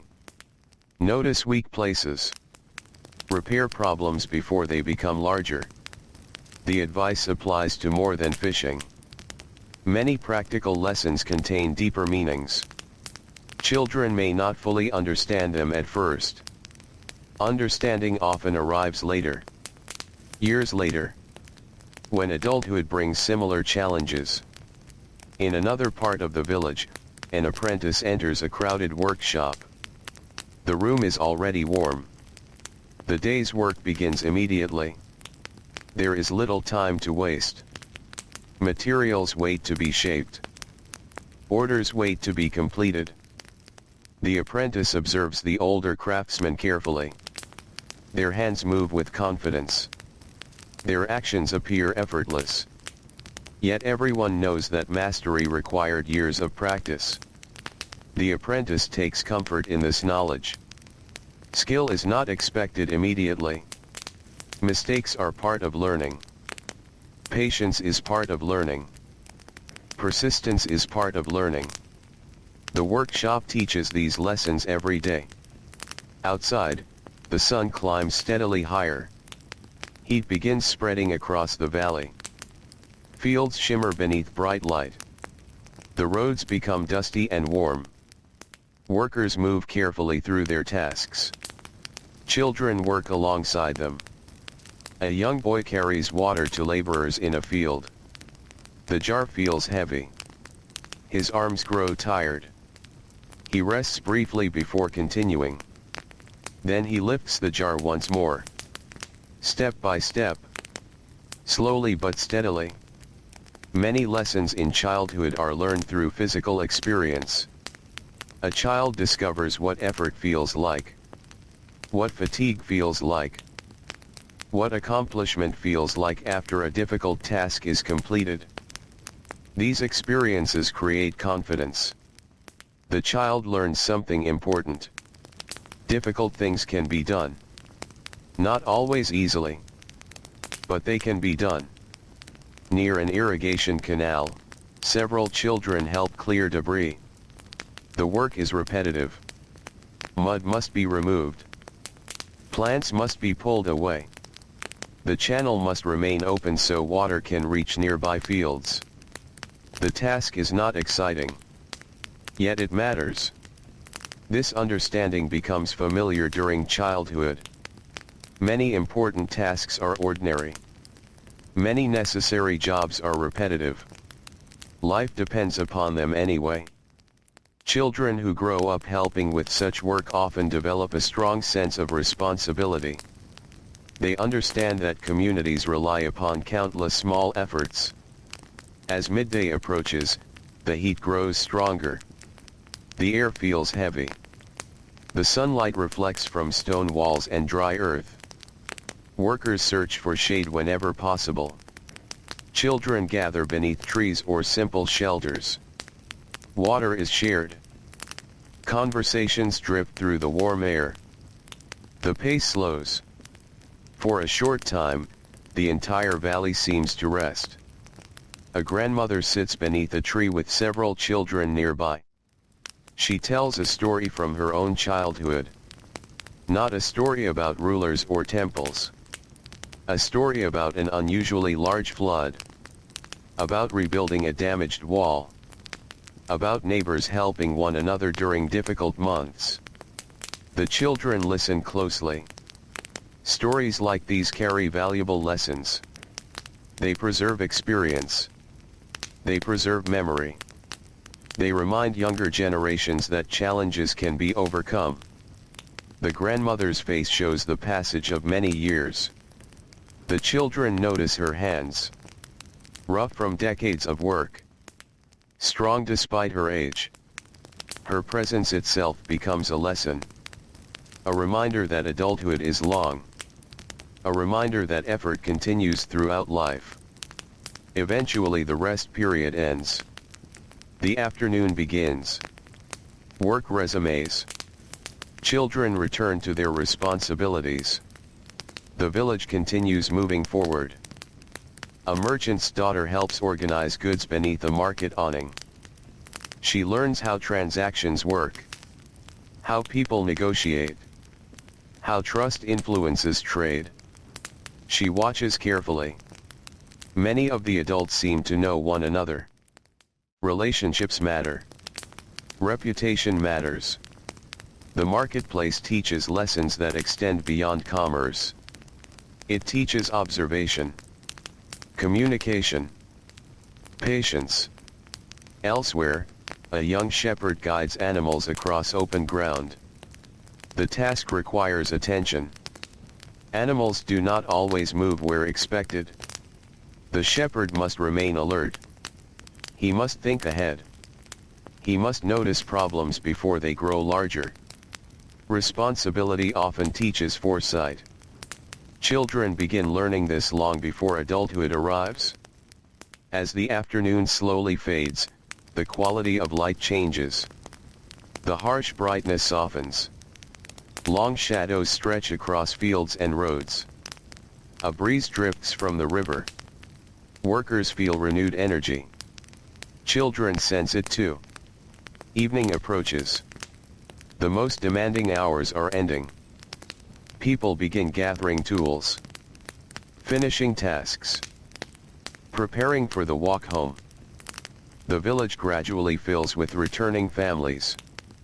Dust rises along pathways. Voices become more relaxed. The smell of evening cooking fires appears once more. For many children, this return home brings a feeling of comfort. No matter how difficult the day has been, home offers rest. Home offers familiarity. Home offers belonging. Inside one household, bread is placed upon a simple table. Family members gather together. The meal is modest. Yet it feels satisfying after a long day. Conversation flows easily.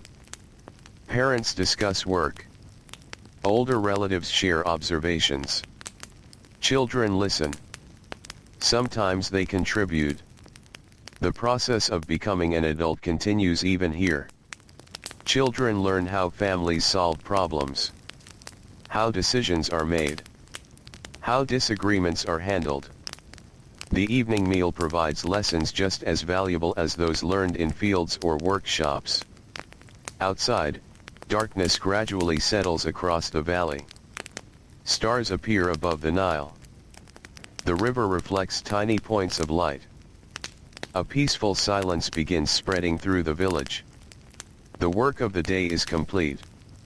Children feel tired. Their muscles are heavy. Their eyes begin to close. They settle onto woven mats beside family members. The sounds of the village fade one by one. A distant voice. A closing door. The rustle of wind through palm leaves. Then only quiet remains. And as the Nile continues its patient journey through the night, another ordinary day becomes part of childhood. Another day of carrying water. Watching skilled hands. Walking dusty roads. Sharing meals. Learning responsibility. Learning patience. Learning endurance. Slowly, gently, and almost invisibly, the preparation continues. The child who falls asleep tonight is not quite the same child who awoke this morning. The change is small. Almost impossible to notice.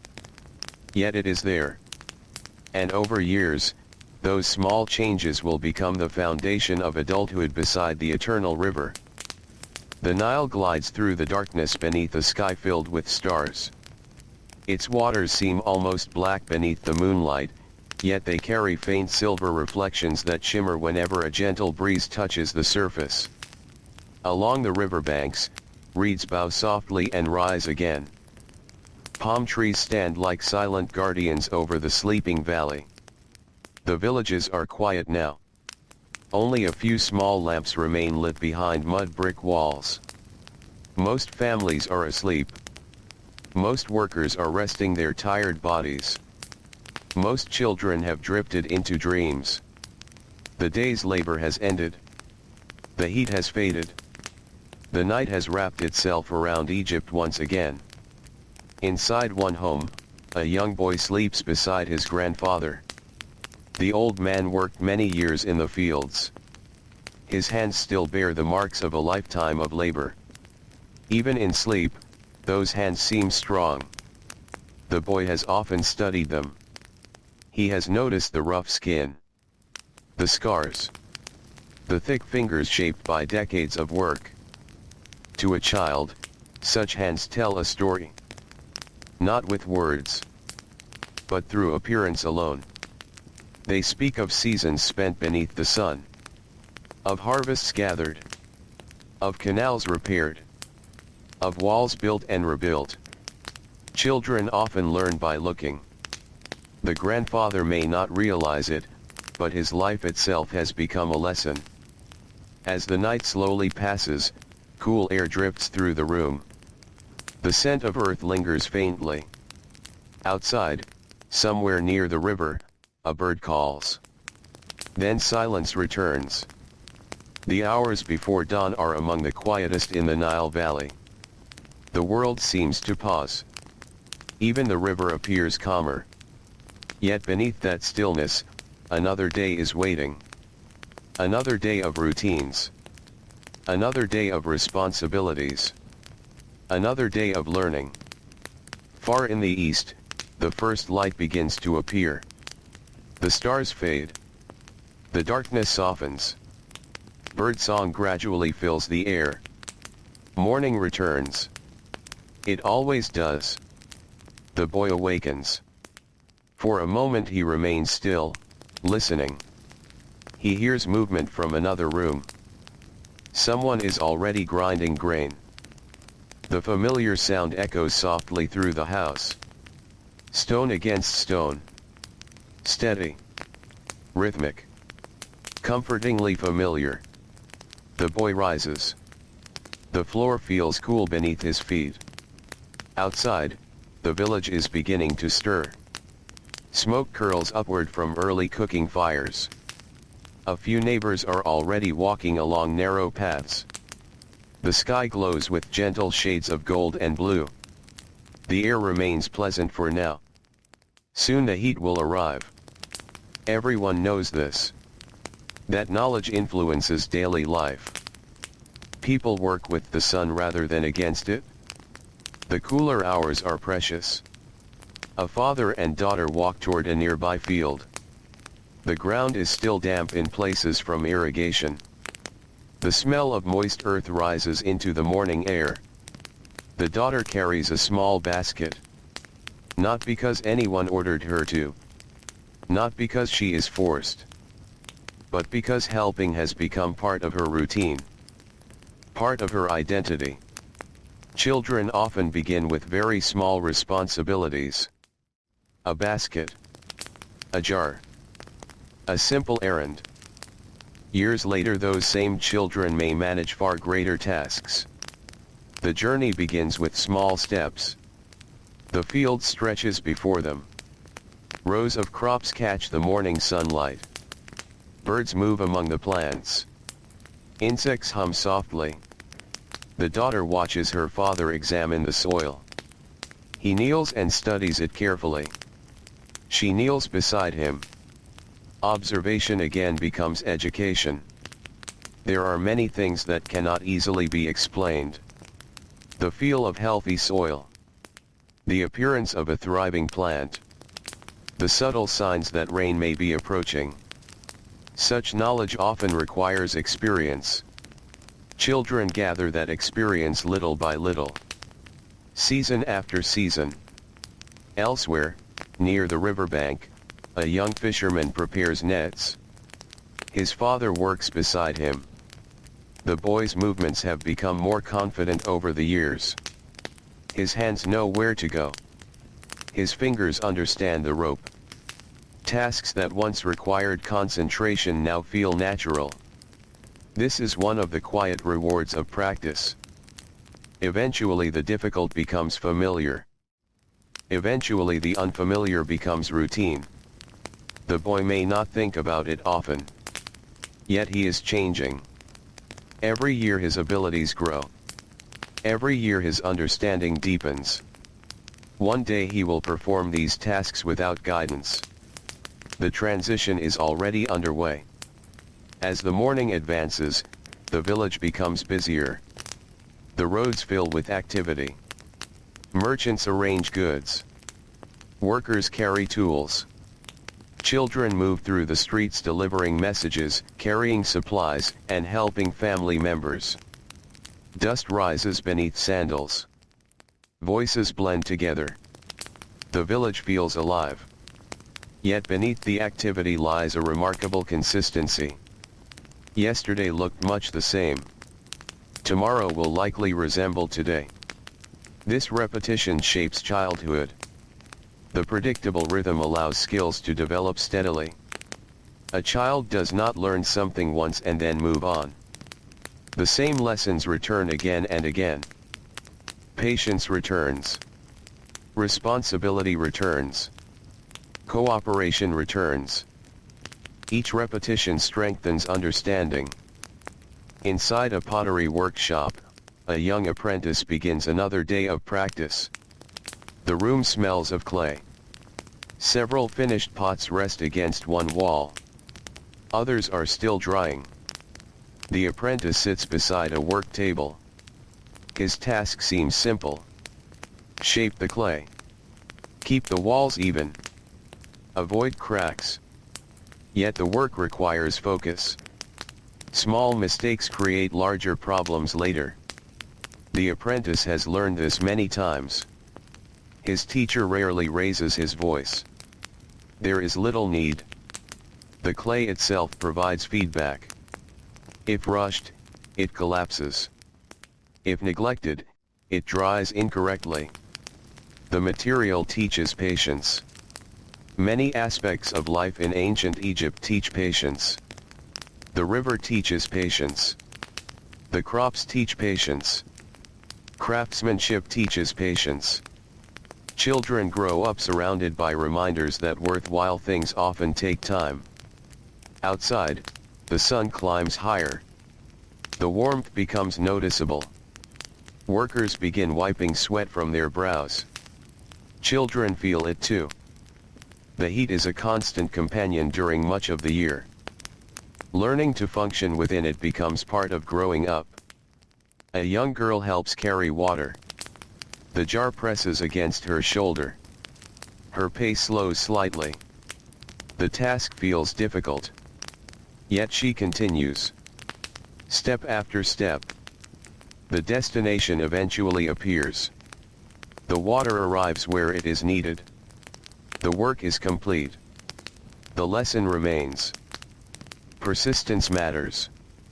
Many important responsibilities are accomplished through steady effort rather than speed. Near midday, workers gather beneath whatever shade they can find. Trees become valuable. Walls become valuable. Even small patches of shadow become welcome. Children sit nearby. Water jars are opened. Conversations drift lazily through the warm air. The atmosphere feels slower now. Gentler. A grandfather sits with several younger relatives. He points toward the river. His voice remains calm. He speaks about flood seasons from long ago.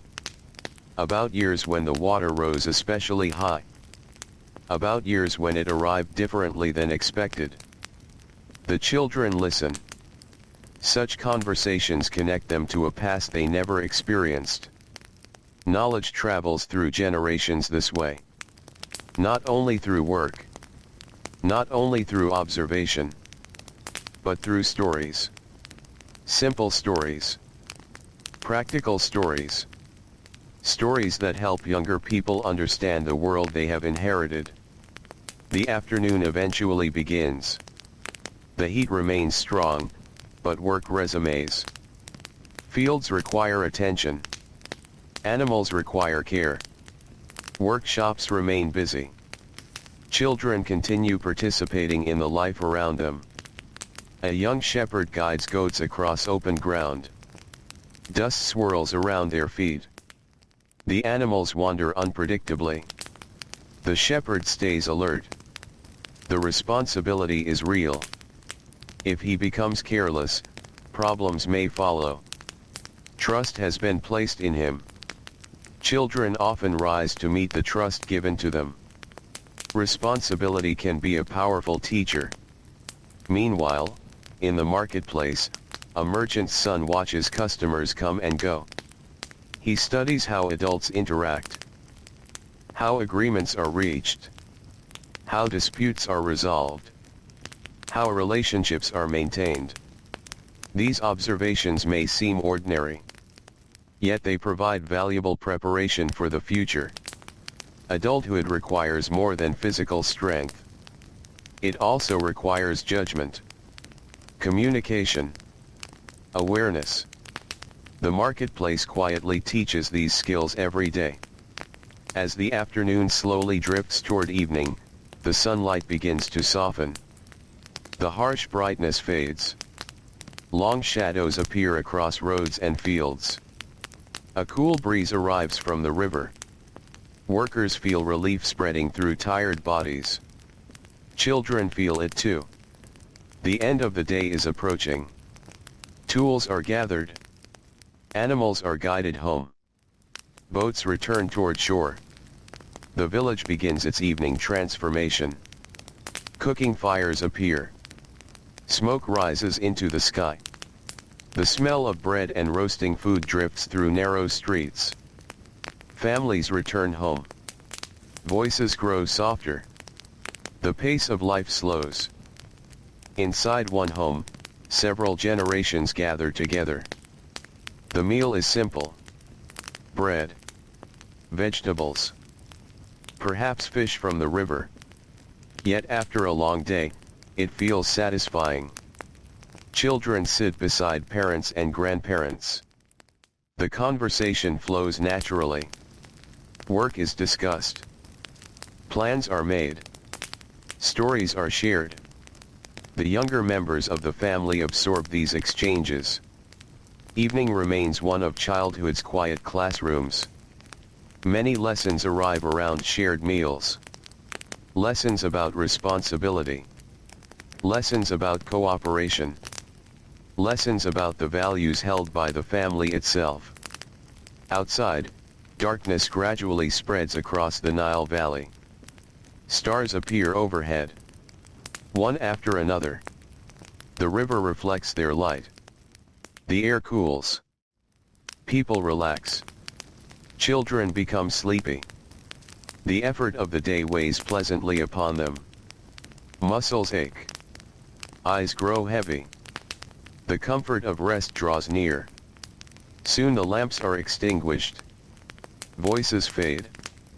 Silence settles over the village once more. The Nile continues flowing through the darkness. Steady. Patient. Endless. And beneath the ancient stars of Egypt, another day of childhood quietly joins all the days before it.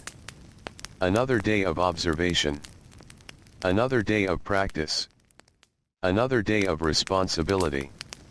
Another day of growth. The changes remain small. Almost invisible. Yet they continue. Like the river itself. Moving forward little by little. Carrying each child gently toward the long and demanding adulthood waiting beyond the horizon of youth. The night stretches peacefully across the Nile Valley. The river moves through the darkness without hurry, following the same course it followed long before any of the villages now resting beside its banks existed. Moonlight glimmers across the water.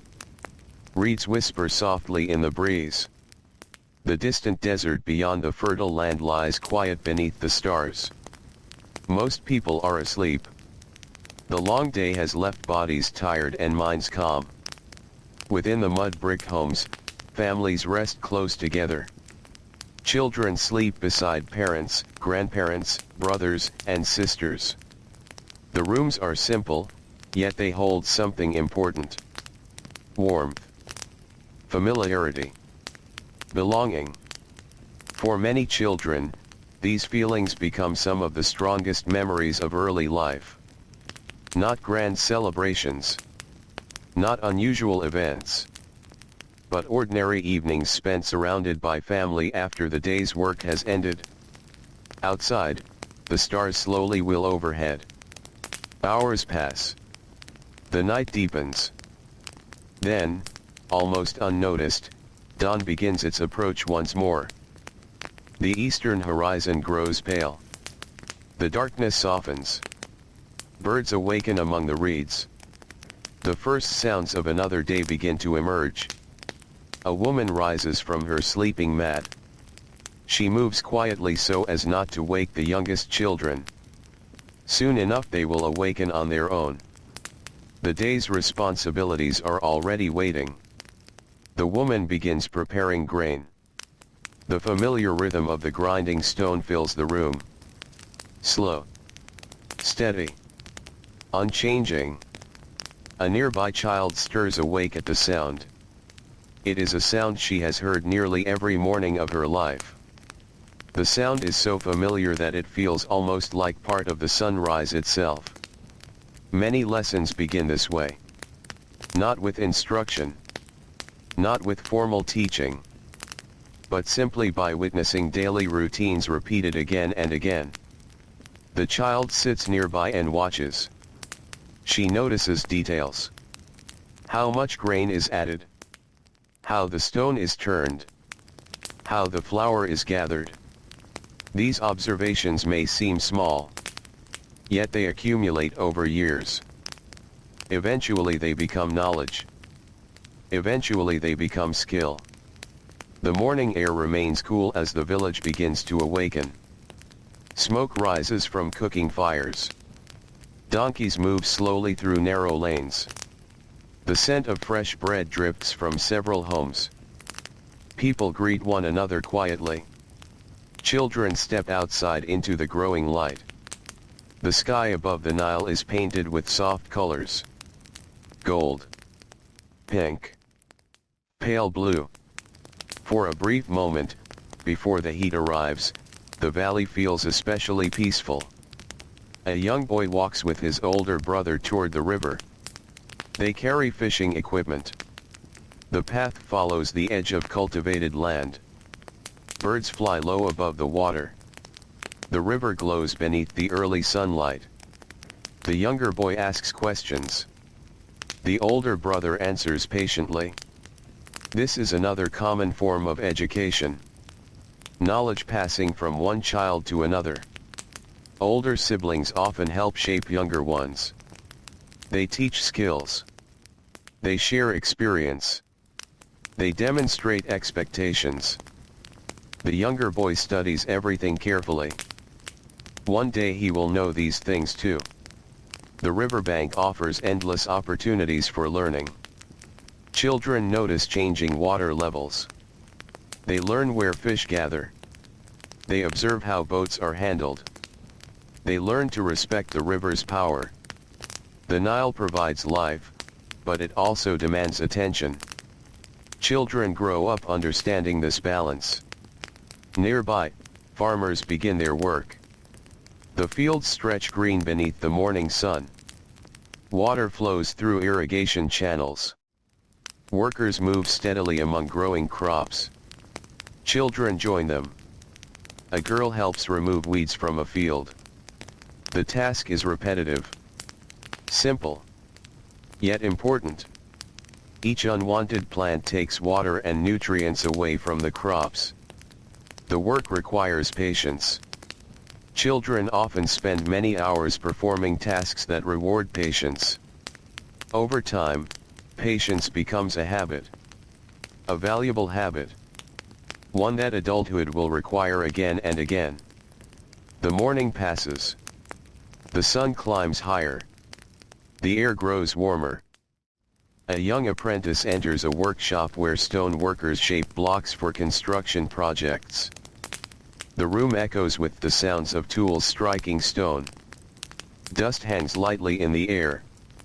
The apprentice watches an older craftsman. The older man's movements appear calm and controlled.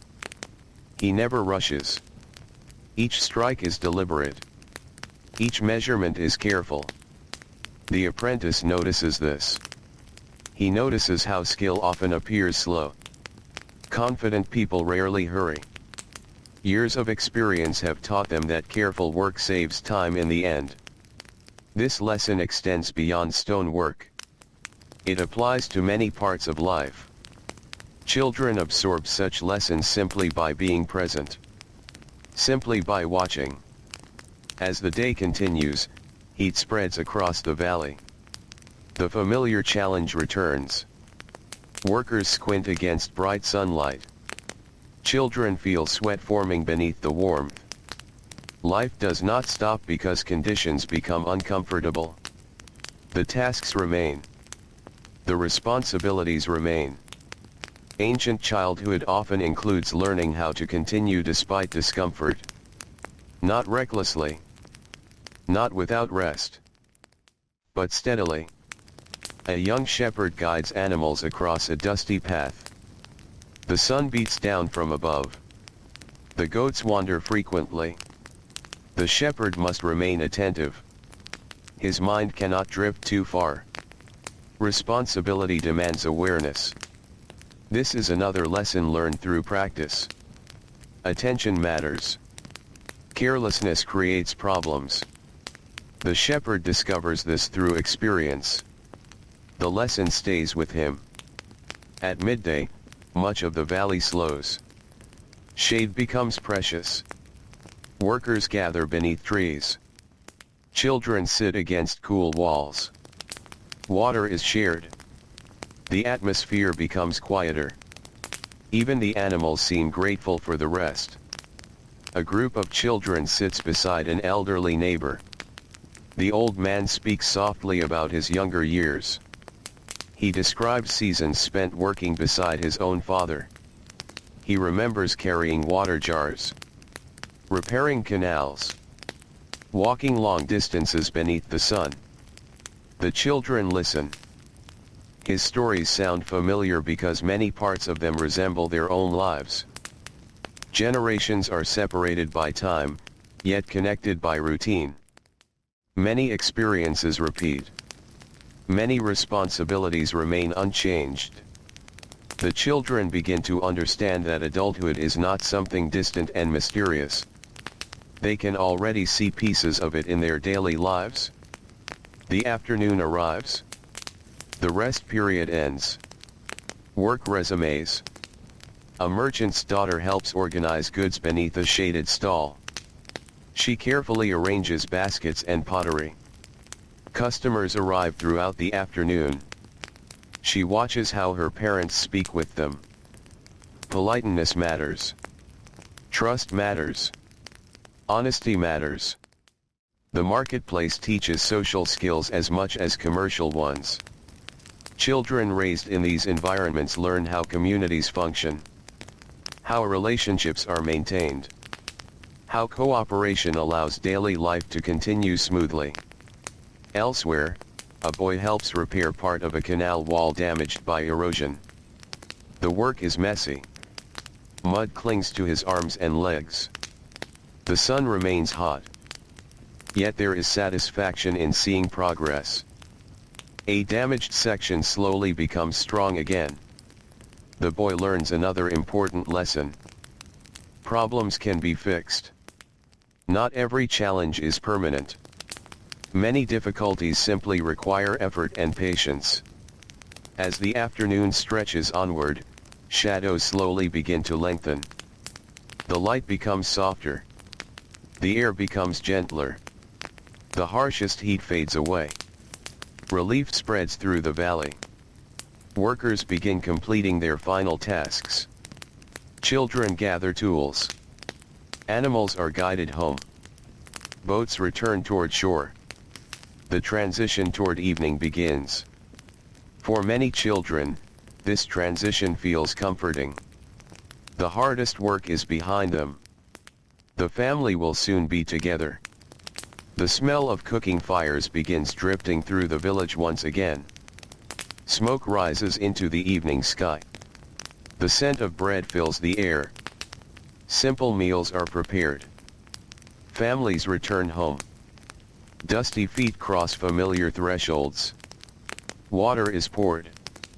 Hands are washed. Voices fill the rooms. Children often become especially attentive during these evening hours. Adults discuss the day. They share concerns.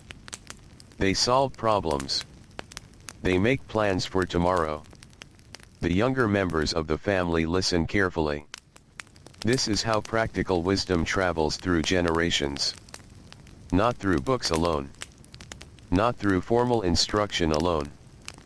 But through daily conversation.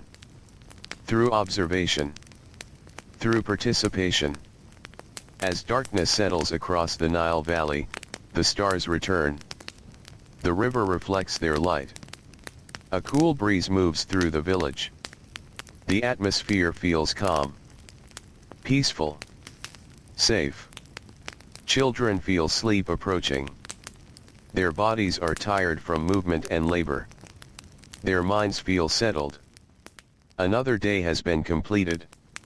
Another day of learning hidden inside ordinary life. A boy who carried water today is becoming stronger. A girl who helped prepare food is becoming more capable. An apprentice who practiced his craft is becoming more skilled. The changes are small, almost invisible. Yet they are real. They accumulate slowly. Day after day. Year after year. Like grains of sand gathering beside the river. Like layers of mud deposited by the annual flood. Growth often happens quietly. Without announcement. Without ceremony. Inside the sleeping villages of ancient Egypt, childhood continues its patient work. Preparing. Teaching. Shaping. Guiding. And beneath the endless stars above the Nile, another generation moves one small step closer to the long responsibilities and familiar rhythms of adulthood.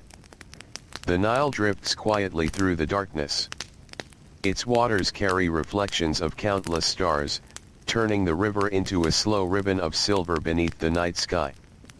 The reeds along the banks bend gently whenever the breeze passes through them. Beyond the fertile land, the desert rests in silence beneath the moon. The villages sleep. The markets are empty. The workshops stand dark and still. The fields wait patiently for another sunrise.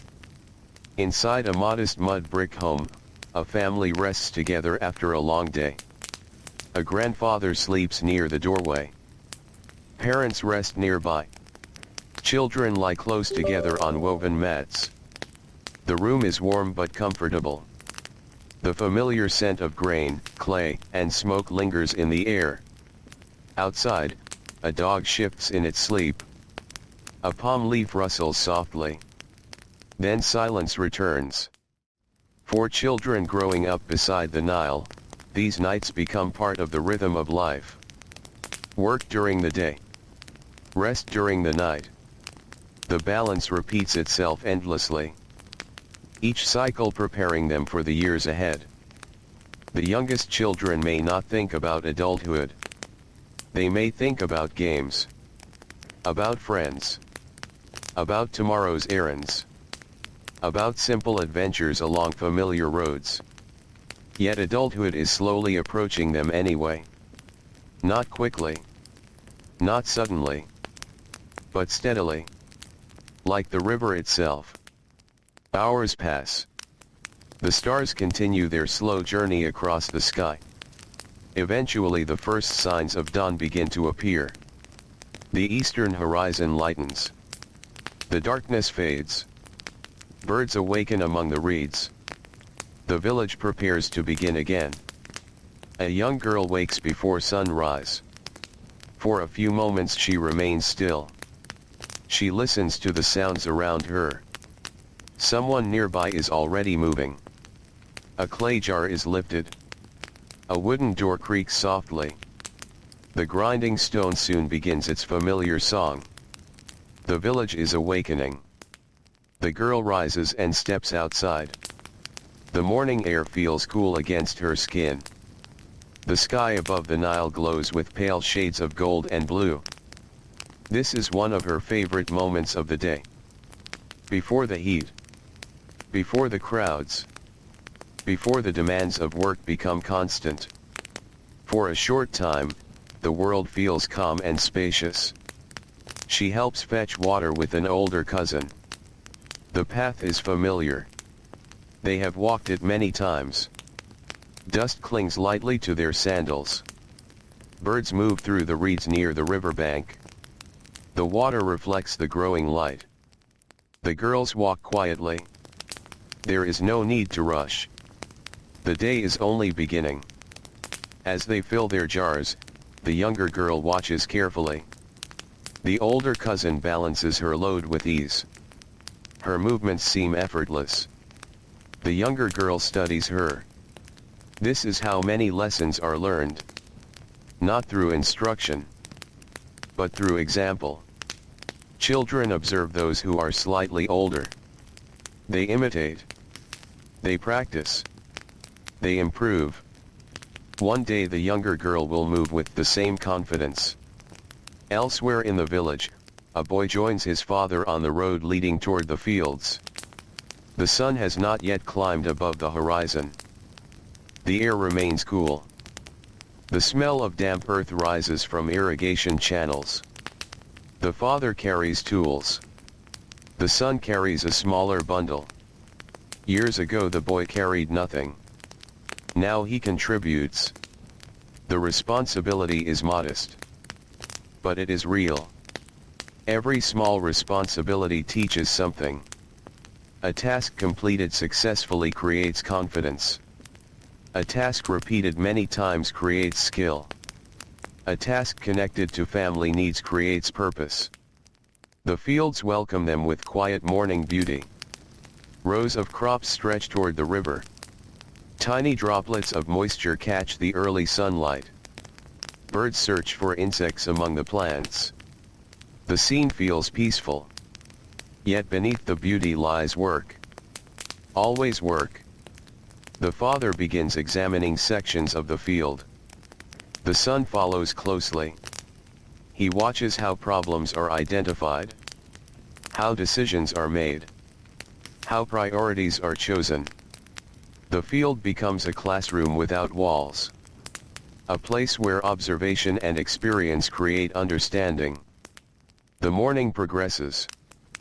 The village grows busier. Workers move through narrow streets. Merchants prepare stalls. Craftsmen unlock workshops. Children carry messages and supplies. Everywhere, people are participating in the life of the community. A young apprentice arrives at a woodworking shop. The smell of fresh cut wood fills the room. Tools hang neatly along the walls. Sunlight enters through a narrow opening overhead. Dust dances in the bright beam. The apprentice begins with simple tasks. Sweeping. Organizing tools. Preparing materials. Some might consider these jobs unimportant. Yet the workshop sees them differently. Simple responsibilities prepare a person for larger ones. Reliability matters. Attention matters. Patience matters. The apprentice learns these lessons long before mastering the craft itself. The master carpenter works nearby. His movements are calm and deliberate. He measures carefully. Cuts carefully. Checks his work repeatedly. The apprentice notices everything. Children often learn as much from how adults perform tasks as from the tasks themselves. Carefulness becomes visible. Discipline becomes visible. Pride in good work becomes visible. As the sun climbs higher, the heat gradually returns to the Nile Valley. The cool comfort of morning fades away. Workers begin wiping perspiration from their faces. Children feel the same warmth. The day's challenges become more noticeable. A young shepherd guides animals toward grazing land. The path is dusty. The sun grows stronger. The animals move unpredictably. The work requires attention, patience, persistence. The shepherd learns that responsibility does not disappear simply because conditions become difficult. The animals still need guidance. The task still needs completion. Many childhood lessons emerge from these moments. Not dramatic moments. Ordinary moments. Moments when continuing becomes more important than speed. Near the river, fishermen pull in nets. Children help sort the catch. The work can be repetitive. Fish are separated. Nets are checked. Equipment is organized. Yet repetition has value. Repetition creates familiarity. Familiarity creates confidence. Confidence creates competence. Over time, tasks that once felt overwhelming become manageable. The children may not notice the transformation while it happens. Others notice. Parents notice. Grandparents notice. The community notices. Trust slowly grows. As trust grows, new responsibilities follow. The midday heat eventually settles over the valley. Shadows become short. Stone walls radiate warmth. The roads seem brighter. The air feels heavier. People seek shade whenever possible. Children gather beneath trees. Workers rest against cool walls. Water becomes especially precious. A drink from a clay jar feels refreshing. Simple comforts take on great importance during these hours. A breeze. A patch of shadow. A moment of rest. Life teaches appreciation for such things. A grandmother sits with several children during the midday pause. She is repairing a basket. Her fingers move steadily through the reeds. The children watch. One asks a question. The grandmother answers patiently. Another asks to try. The basket passes into younger hands. The first attempt is awkward. The reeds refuse to cooperate. The shape becomes uneven. The children laugh softly. The grandmother smiles. She knows that skill arrives slowly. No one begins as an expert. This lesson applies far beyond basket making. The children are learning that mistakes are part of growth. That improvement requires patience. That persistence matters more than perfection. The afternoon eventually begins. Work resumes across the village. The heat remains strong, but responsibilities continue. A merchant's son helps transport goods between stalls. A farmer's daughter checks irrigation channels. A fisherman's child repairs a section of rope. Different tasks. Different environments. Yet similar lessons. Each child is preparing for future responsibilities through present experience. The preparation rarely feels formal. It simply feels like life. As the day moves toward evening, the sunlight softens. Long shadows stretch across roads and fields. The worst heat begins to fade. A gentle breeze arrives from the river. The entire valley seems to relax. Workers gather tools. Children complete final tasks. The familiar transition toward evening begins once more. Families return home. Cooking fires appear. Smoke rises into the sky. The scent of bread drifts through the village. Doors remain open. Voices travel through narrow lanes. The atmosphere becomes warm and welcoming. Inside one home, several generations gather for the evening meal. The food is simple. Bread. Vegetables. Dates. Perhaps fish from the river. The meal is not elaborate. Yet it provides comfort after a long day. Conversation fills the room. Adults discuss work. Children share small observations. Grandparents offer advice. The younger members of the family listen carefully. Every evening contains lessons. Not formal lessons. Life lessons. Lessons about cooperation. Responsibility. Respect. Perseverance. These values are passed from one generation to the next around shared meals and quiet conversations. Outside, darkness gradually returns. The stars emerge overhead. The Nile reflects their light. The village grows quieter. Children begin feeling the pleasant weight of sleep. Their muscles are tired. Their eyes are heavy. The day's work has left its mark. One by one, lamps are extinguished. Families settle onto woven mats. The sounds of the village fade. A door closes. A voice disappears into silence. A breeze moves through palm leaves. Then only the river remains, flowing steadily through the darkness, flowing past sleeping villages, flowing past fields and boats and workshops, flowing through the lives of countless children who are learning, day by day, how to become capable adults. And beneath the calm night sky of ancient Egypt, another ordinary day comes to rest beside all the others. A day of small tasks, small lessons, small responsibilities, each one seeming insignificant on its own, yet together, shaping a lifetime. The night over the Nile feels deeper now. Not darker in a frightening way, but heavier, like a soft blanket laid gently across the valley.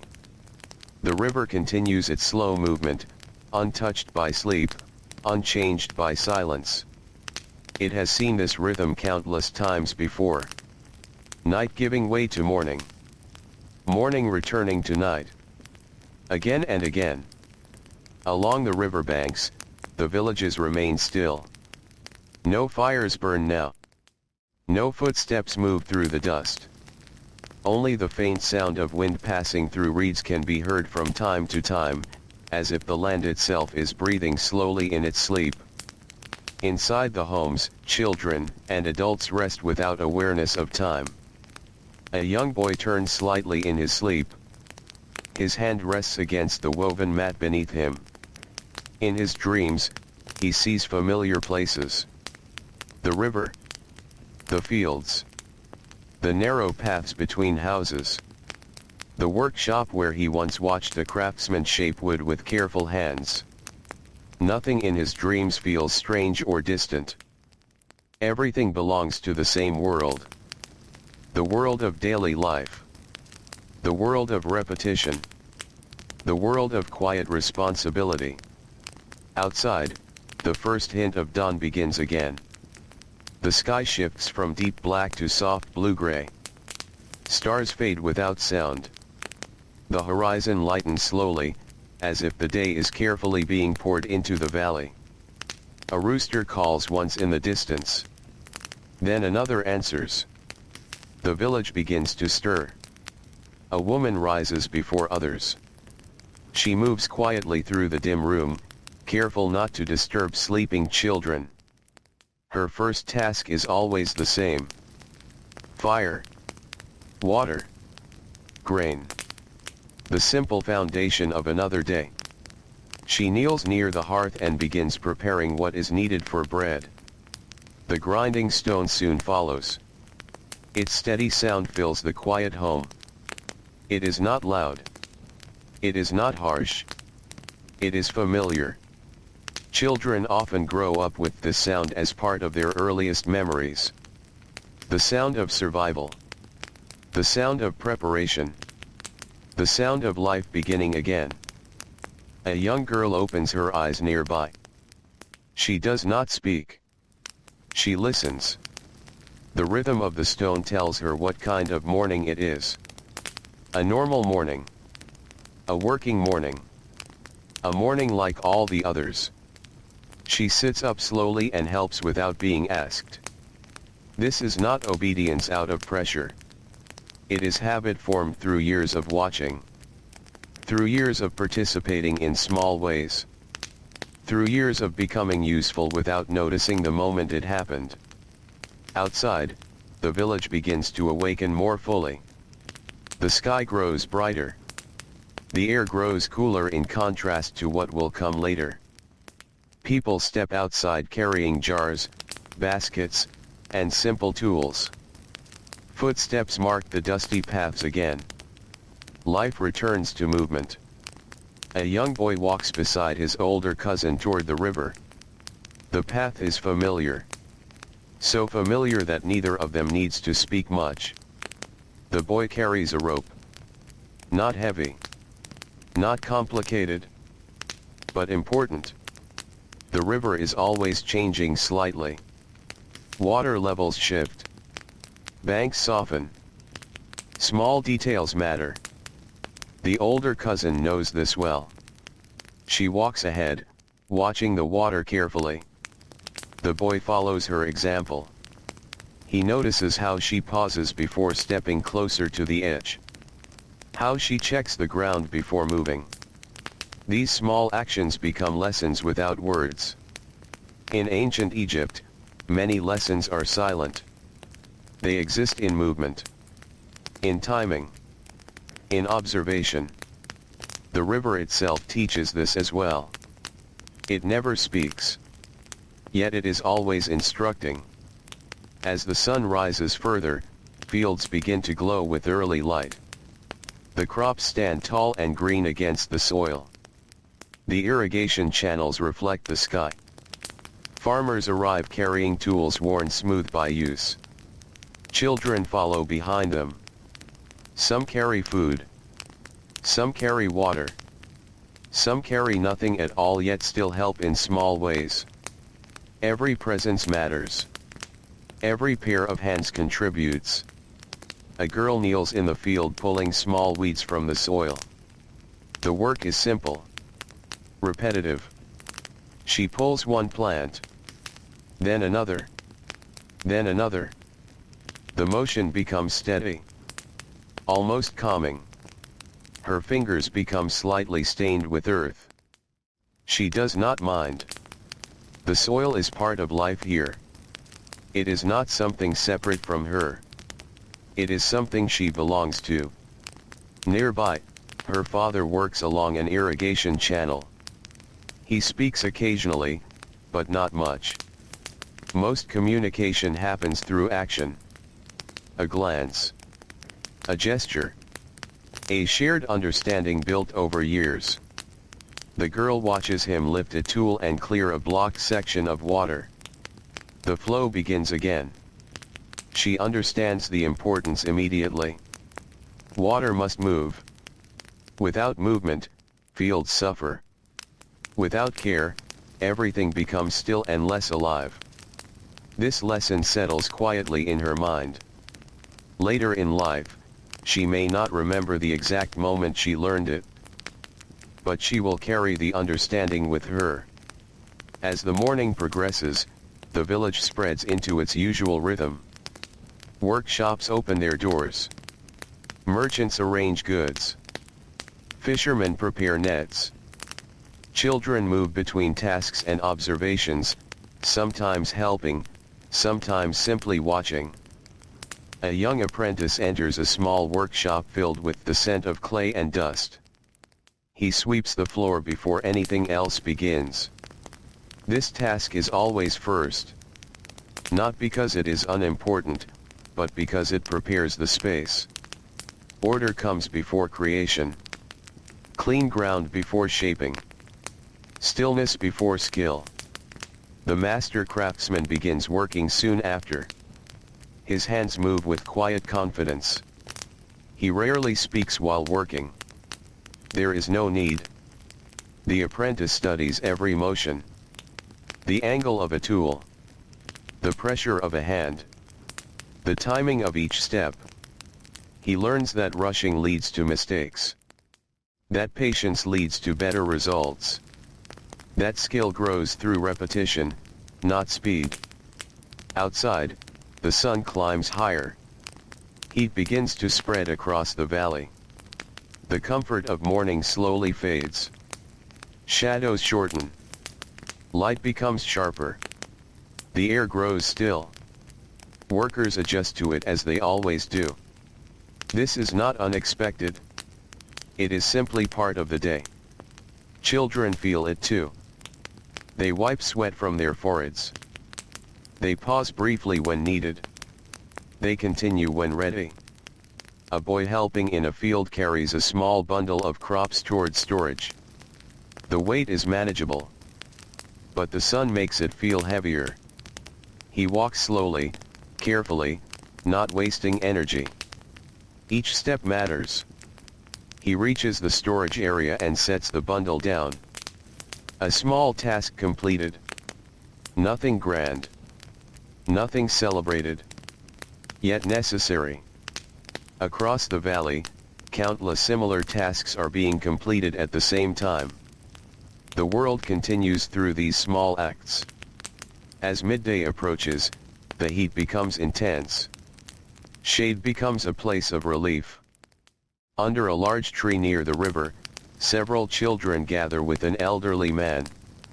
He rests against the trunk, watching the water. The children sit nearby. One of them asks about the river. Why it rises. Why it falls. The old man does not answer quickly.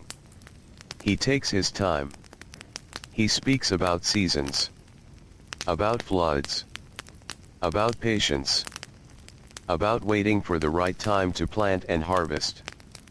His words are simple. But they carry weight. The children listen closely. They do not interrupt. They understand that these stories are part of learning. Part of growing up. Part of becoming someone who understands how the world works. The afternoon begins to soften the heat slightly. Work resumes again, though more slowly now. Movements are careful. Measured. A young girl helps her mother prepare food for the evening. Grain is measured. Water is added. Fire is tended. The process is repeated as it has been for countless days. She knows each step. She performs them without hesitation. What once required guidance now feels natural.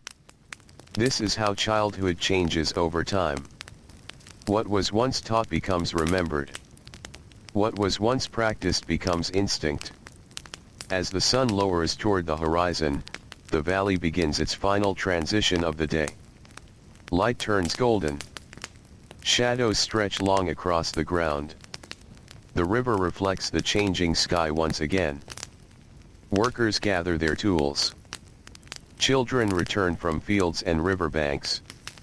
The journey home begins. The village fills with movement in reverse. Not outward toward work, but inward toward rest. Cooking fires are lit. Smoke rises gently. The smell of bread returns. Families gather in familiar places. The evening meal is shared once more.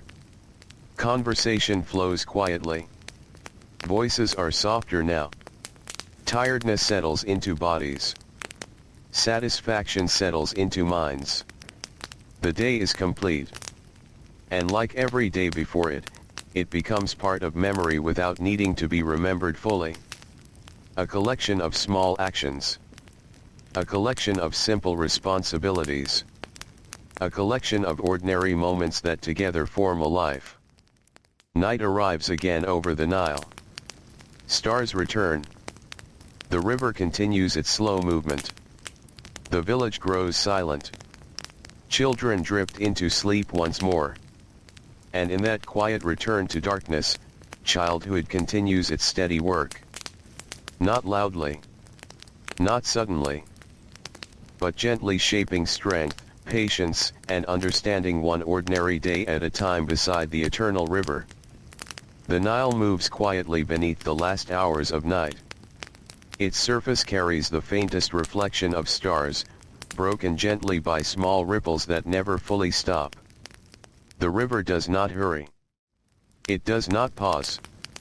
It continues as it always has, long before the first villages rose beside its banks, and long after the last lamps inside those villages are extinguished. In the sleeping valley, everything feels softened by time. The fields rest in silence. The workshops hold stillness in their tools. The narrow streets between mud brick homes lie empty, holding only the memory of footsteps from the day before. Inside the homes, families sleep close together. Children, parents, grandparents. Generations sharing the same space, the same air, the same quiet rhythm of life. There is no separation here between past and present. Only continuity. Only the steady passing of days shaped by labor, rest, and return. A young child sleeps with his hand curled near his chest. His breathing is slow and even. In his dreams, he walks familiar paths. The riverbank. The fields. The soft glow of early morning light. The sound of distant work already beginning. Nothing feels final in his sleep. Only ongoing. Only continuing. And in many ways, that is what life has always been beside the Nile. Continuing.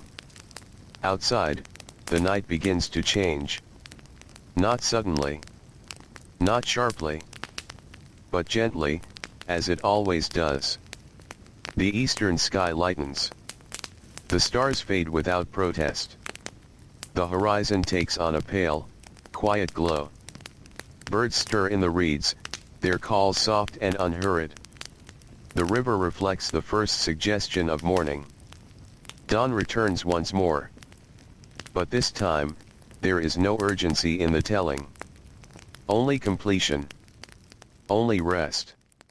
Inside the homes, the children remain asleep a little longer. They do not yet know that countless mornings like this have shaped them. They do not yet see how each small task, each quiet responsibility, each simple repetition of daily life has built something inside them that will last far beyond childhood. Strength formed not in moments of greatness, but in ordinary hours. Patience learned in waiting. Skill learned in repetition. Understanding learned in observation. And endurance learned beneath the sun. The village does not speak of these things. It simply lives them. Again and again. Year after year. Season after season. The Nile continues its journey through the valley, carrying with it the memory of all the days that have passed along its banks. Fields that were once tended. Homes that were once built. Children who once grew and became adults. Adults who once were children, shaped by the same rhythm, the same water, the same sun. Everything returns to the same quiet truth. Life here is not defined by single moments. It is defined by continuity. By gentle repetition. By the slow shaping of a person through daily living. As the first light of morning spreads fully across the land, the valley does not feel new. It feels familiar. As if it has always been this way. As if it will always remain this way. The river flows. The sun rises. The world awakens again. And somewhere within the cycle, unseen but ever present, childhood has already done its work. It has taught through days that felt ordinary. Through tasks that felt small.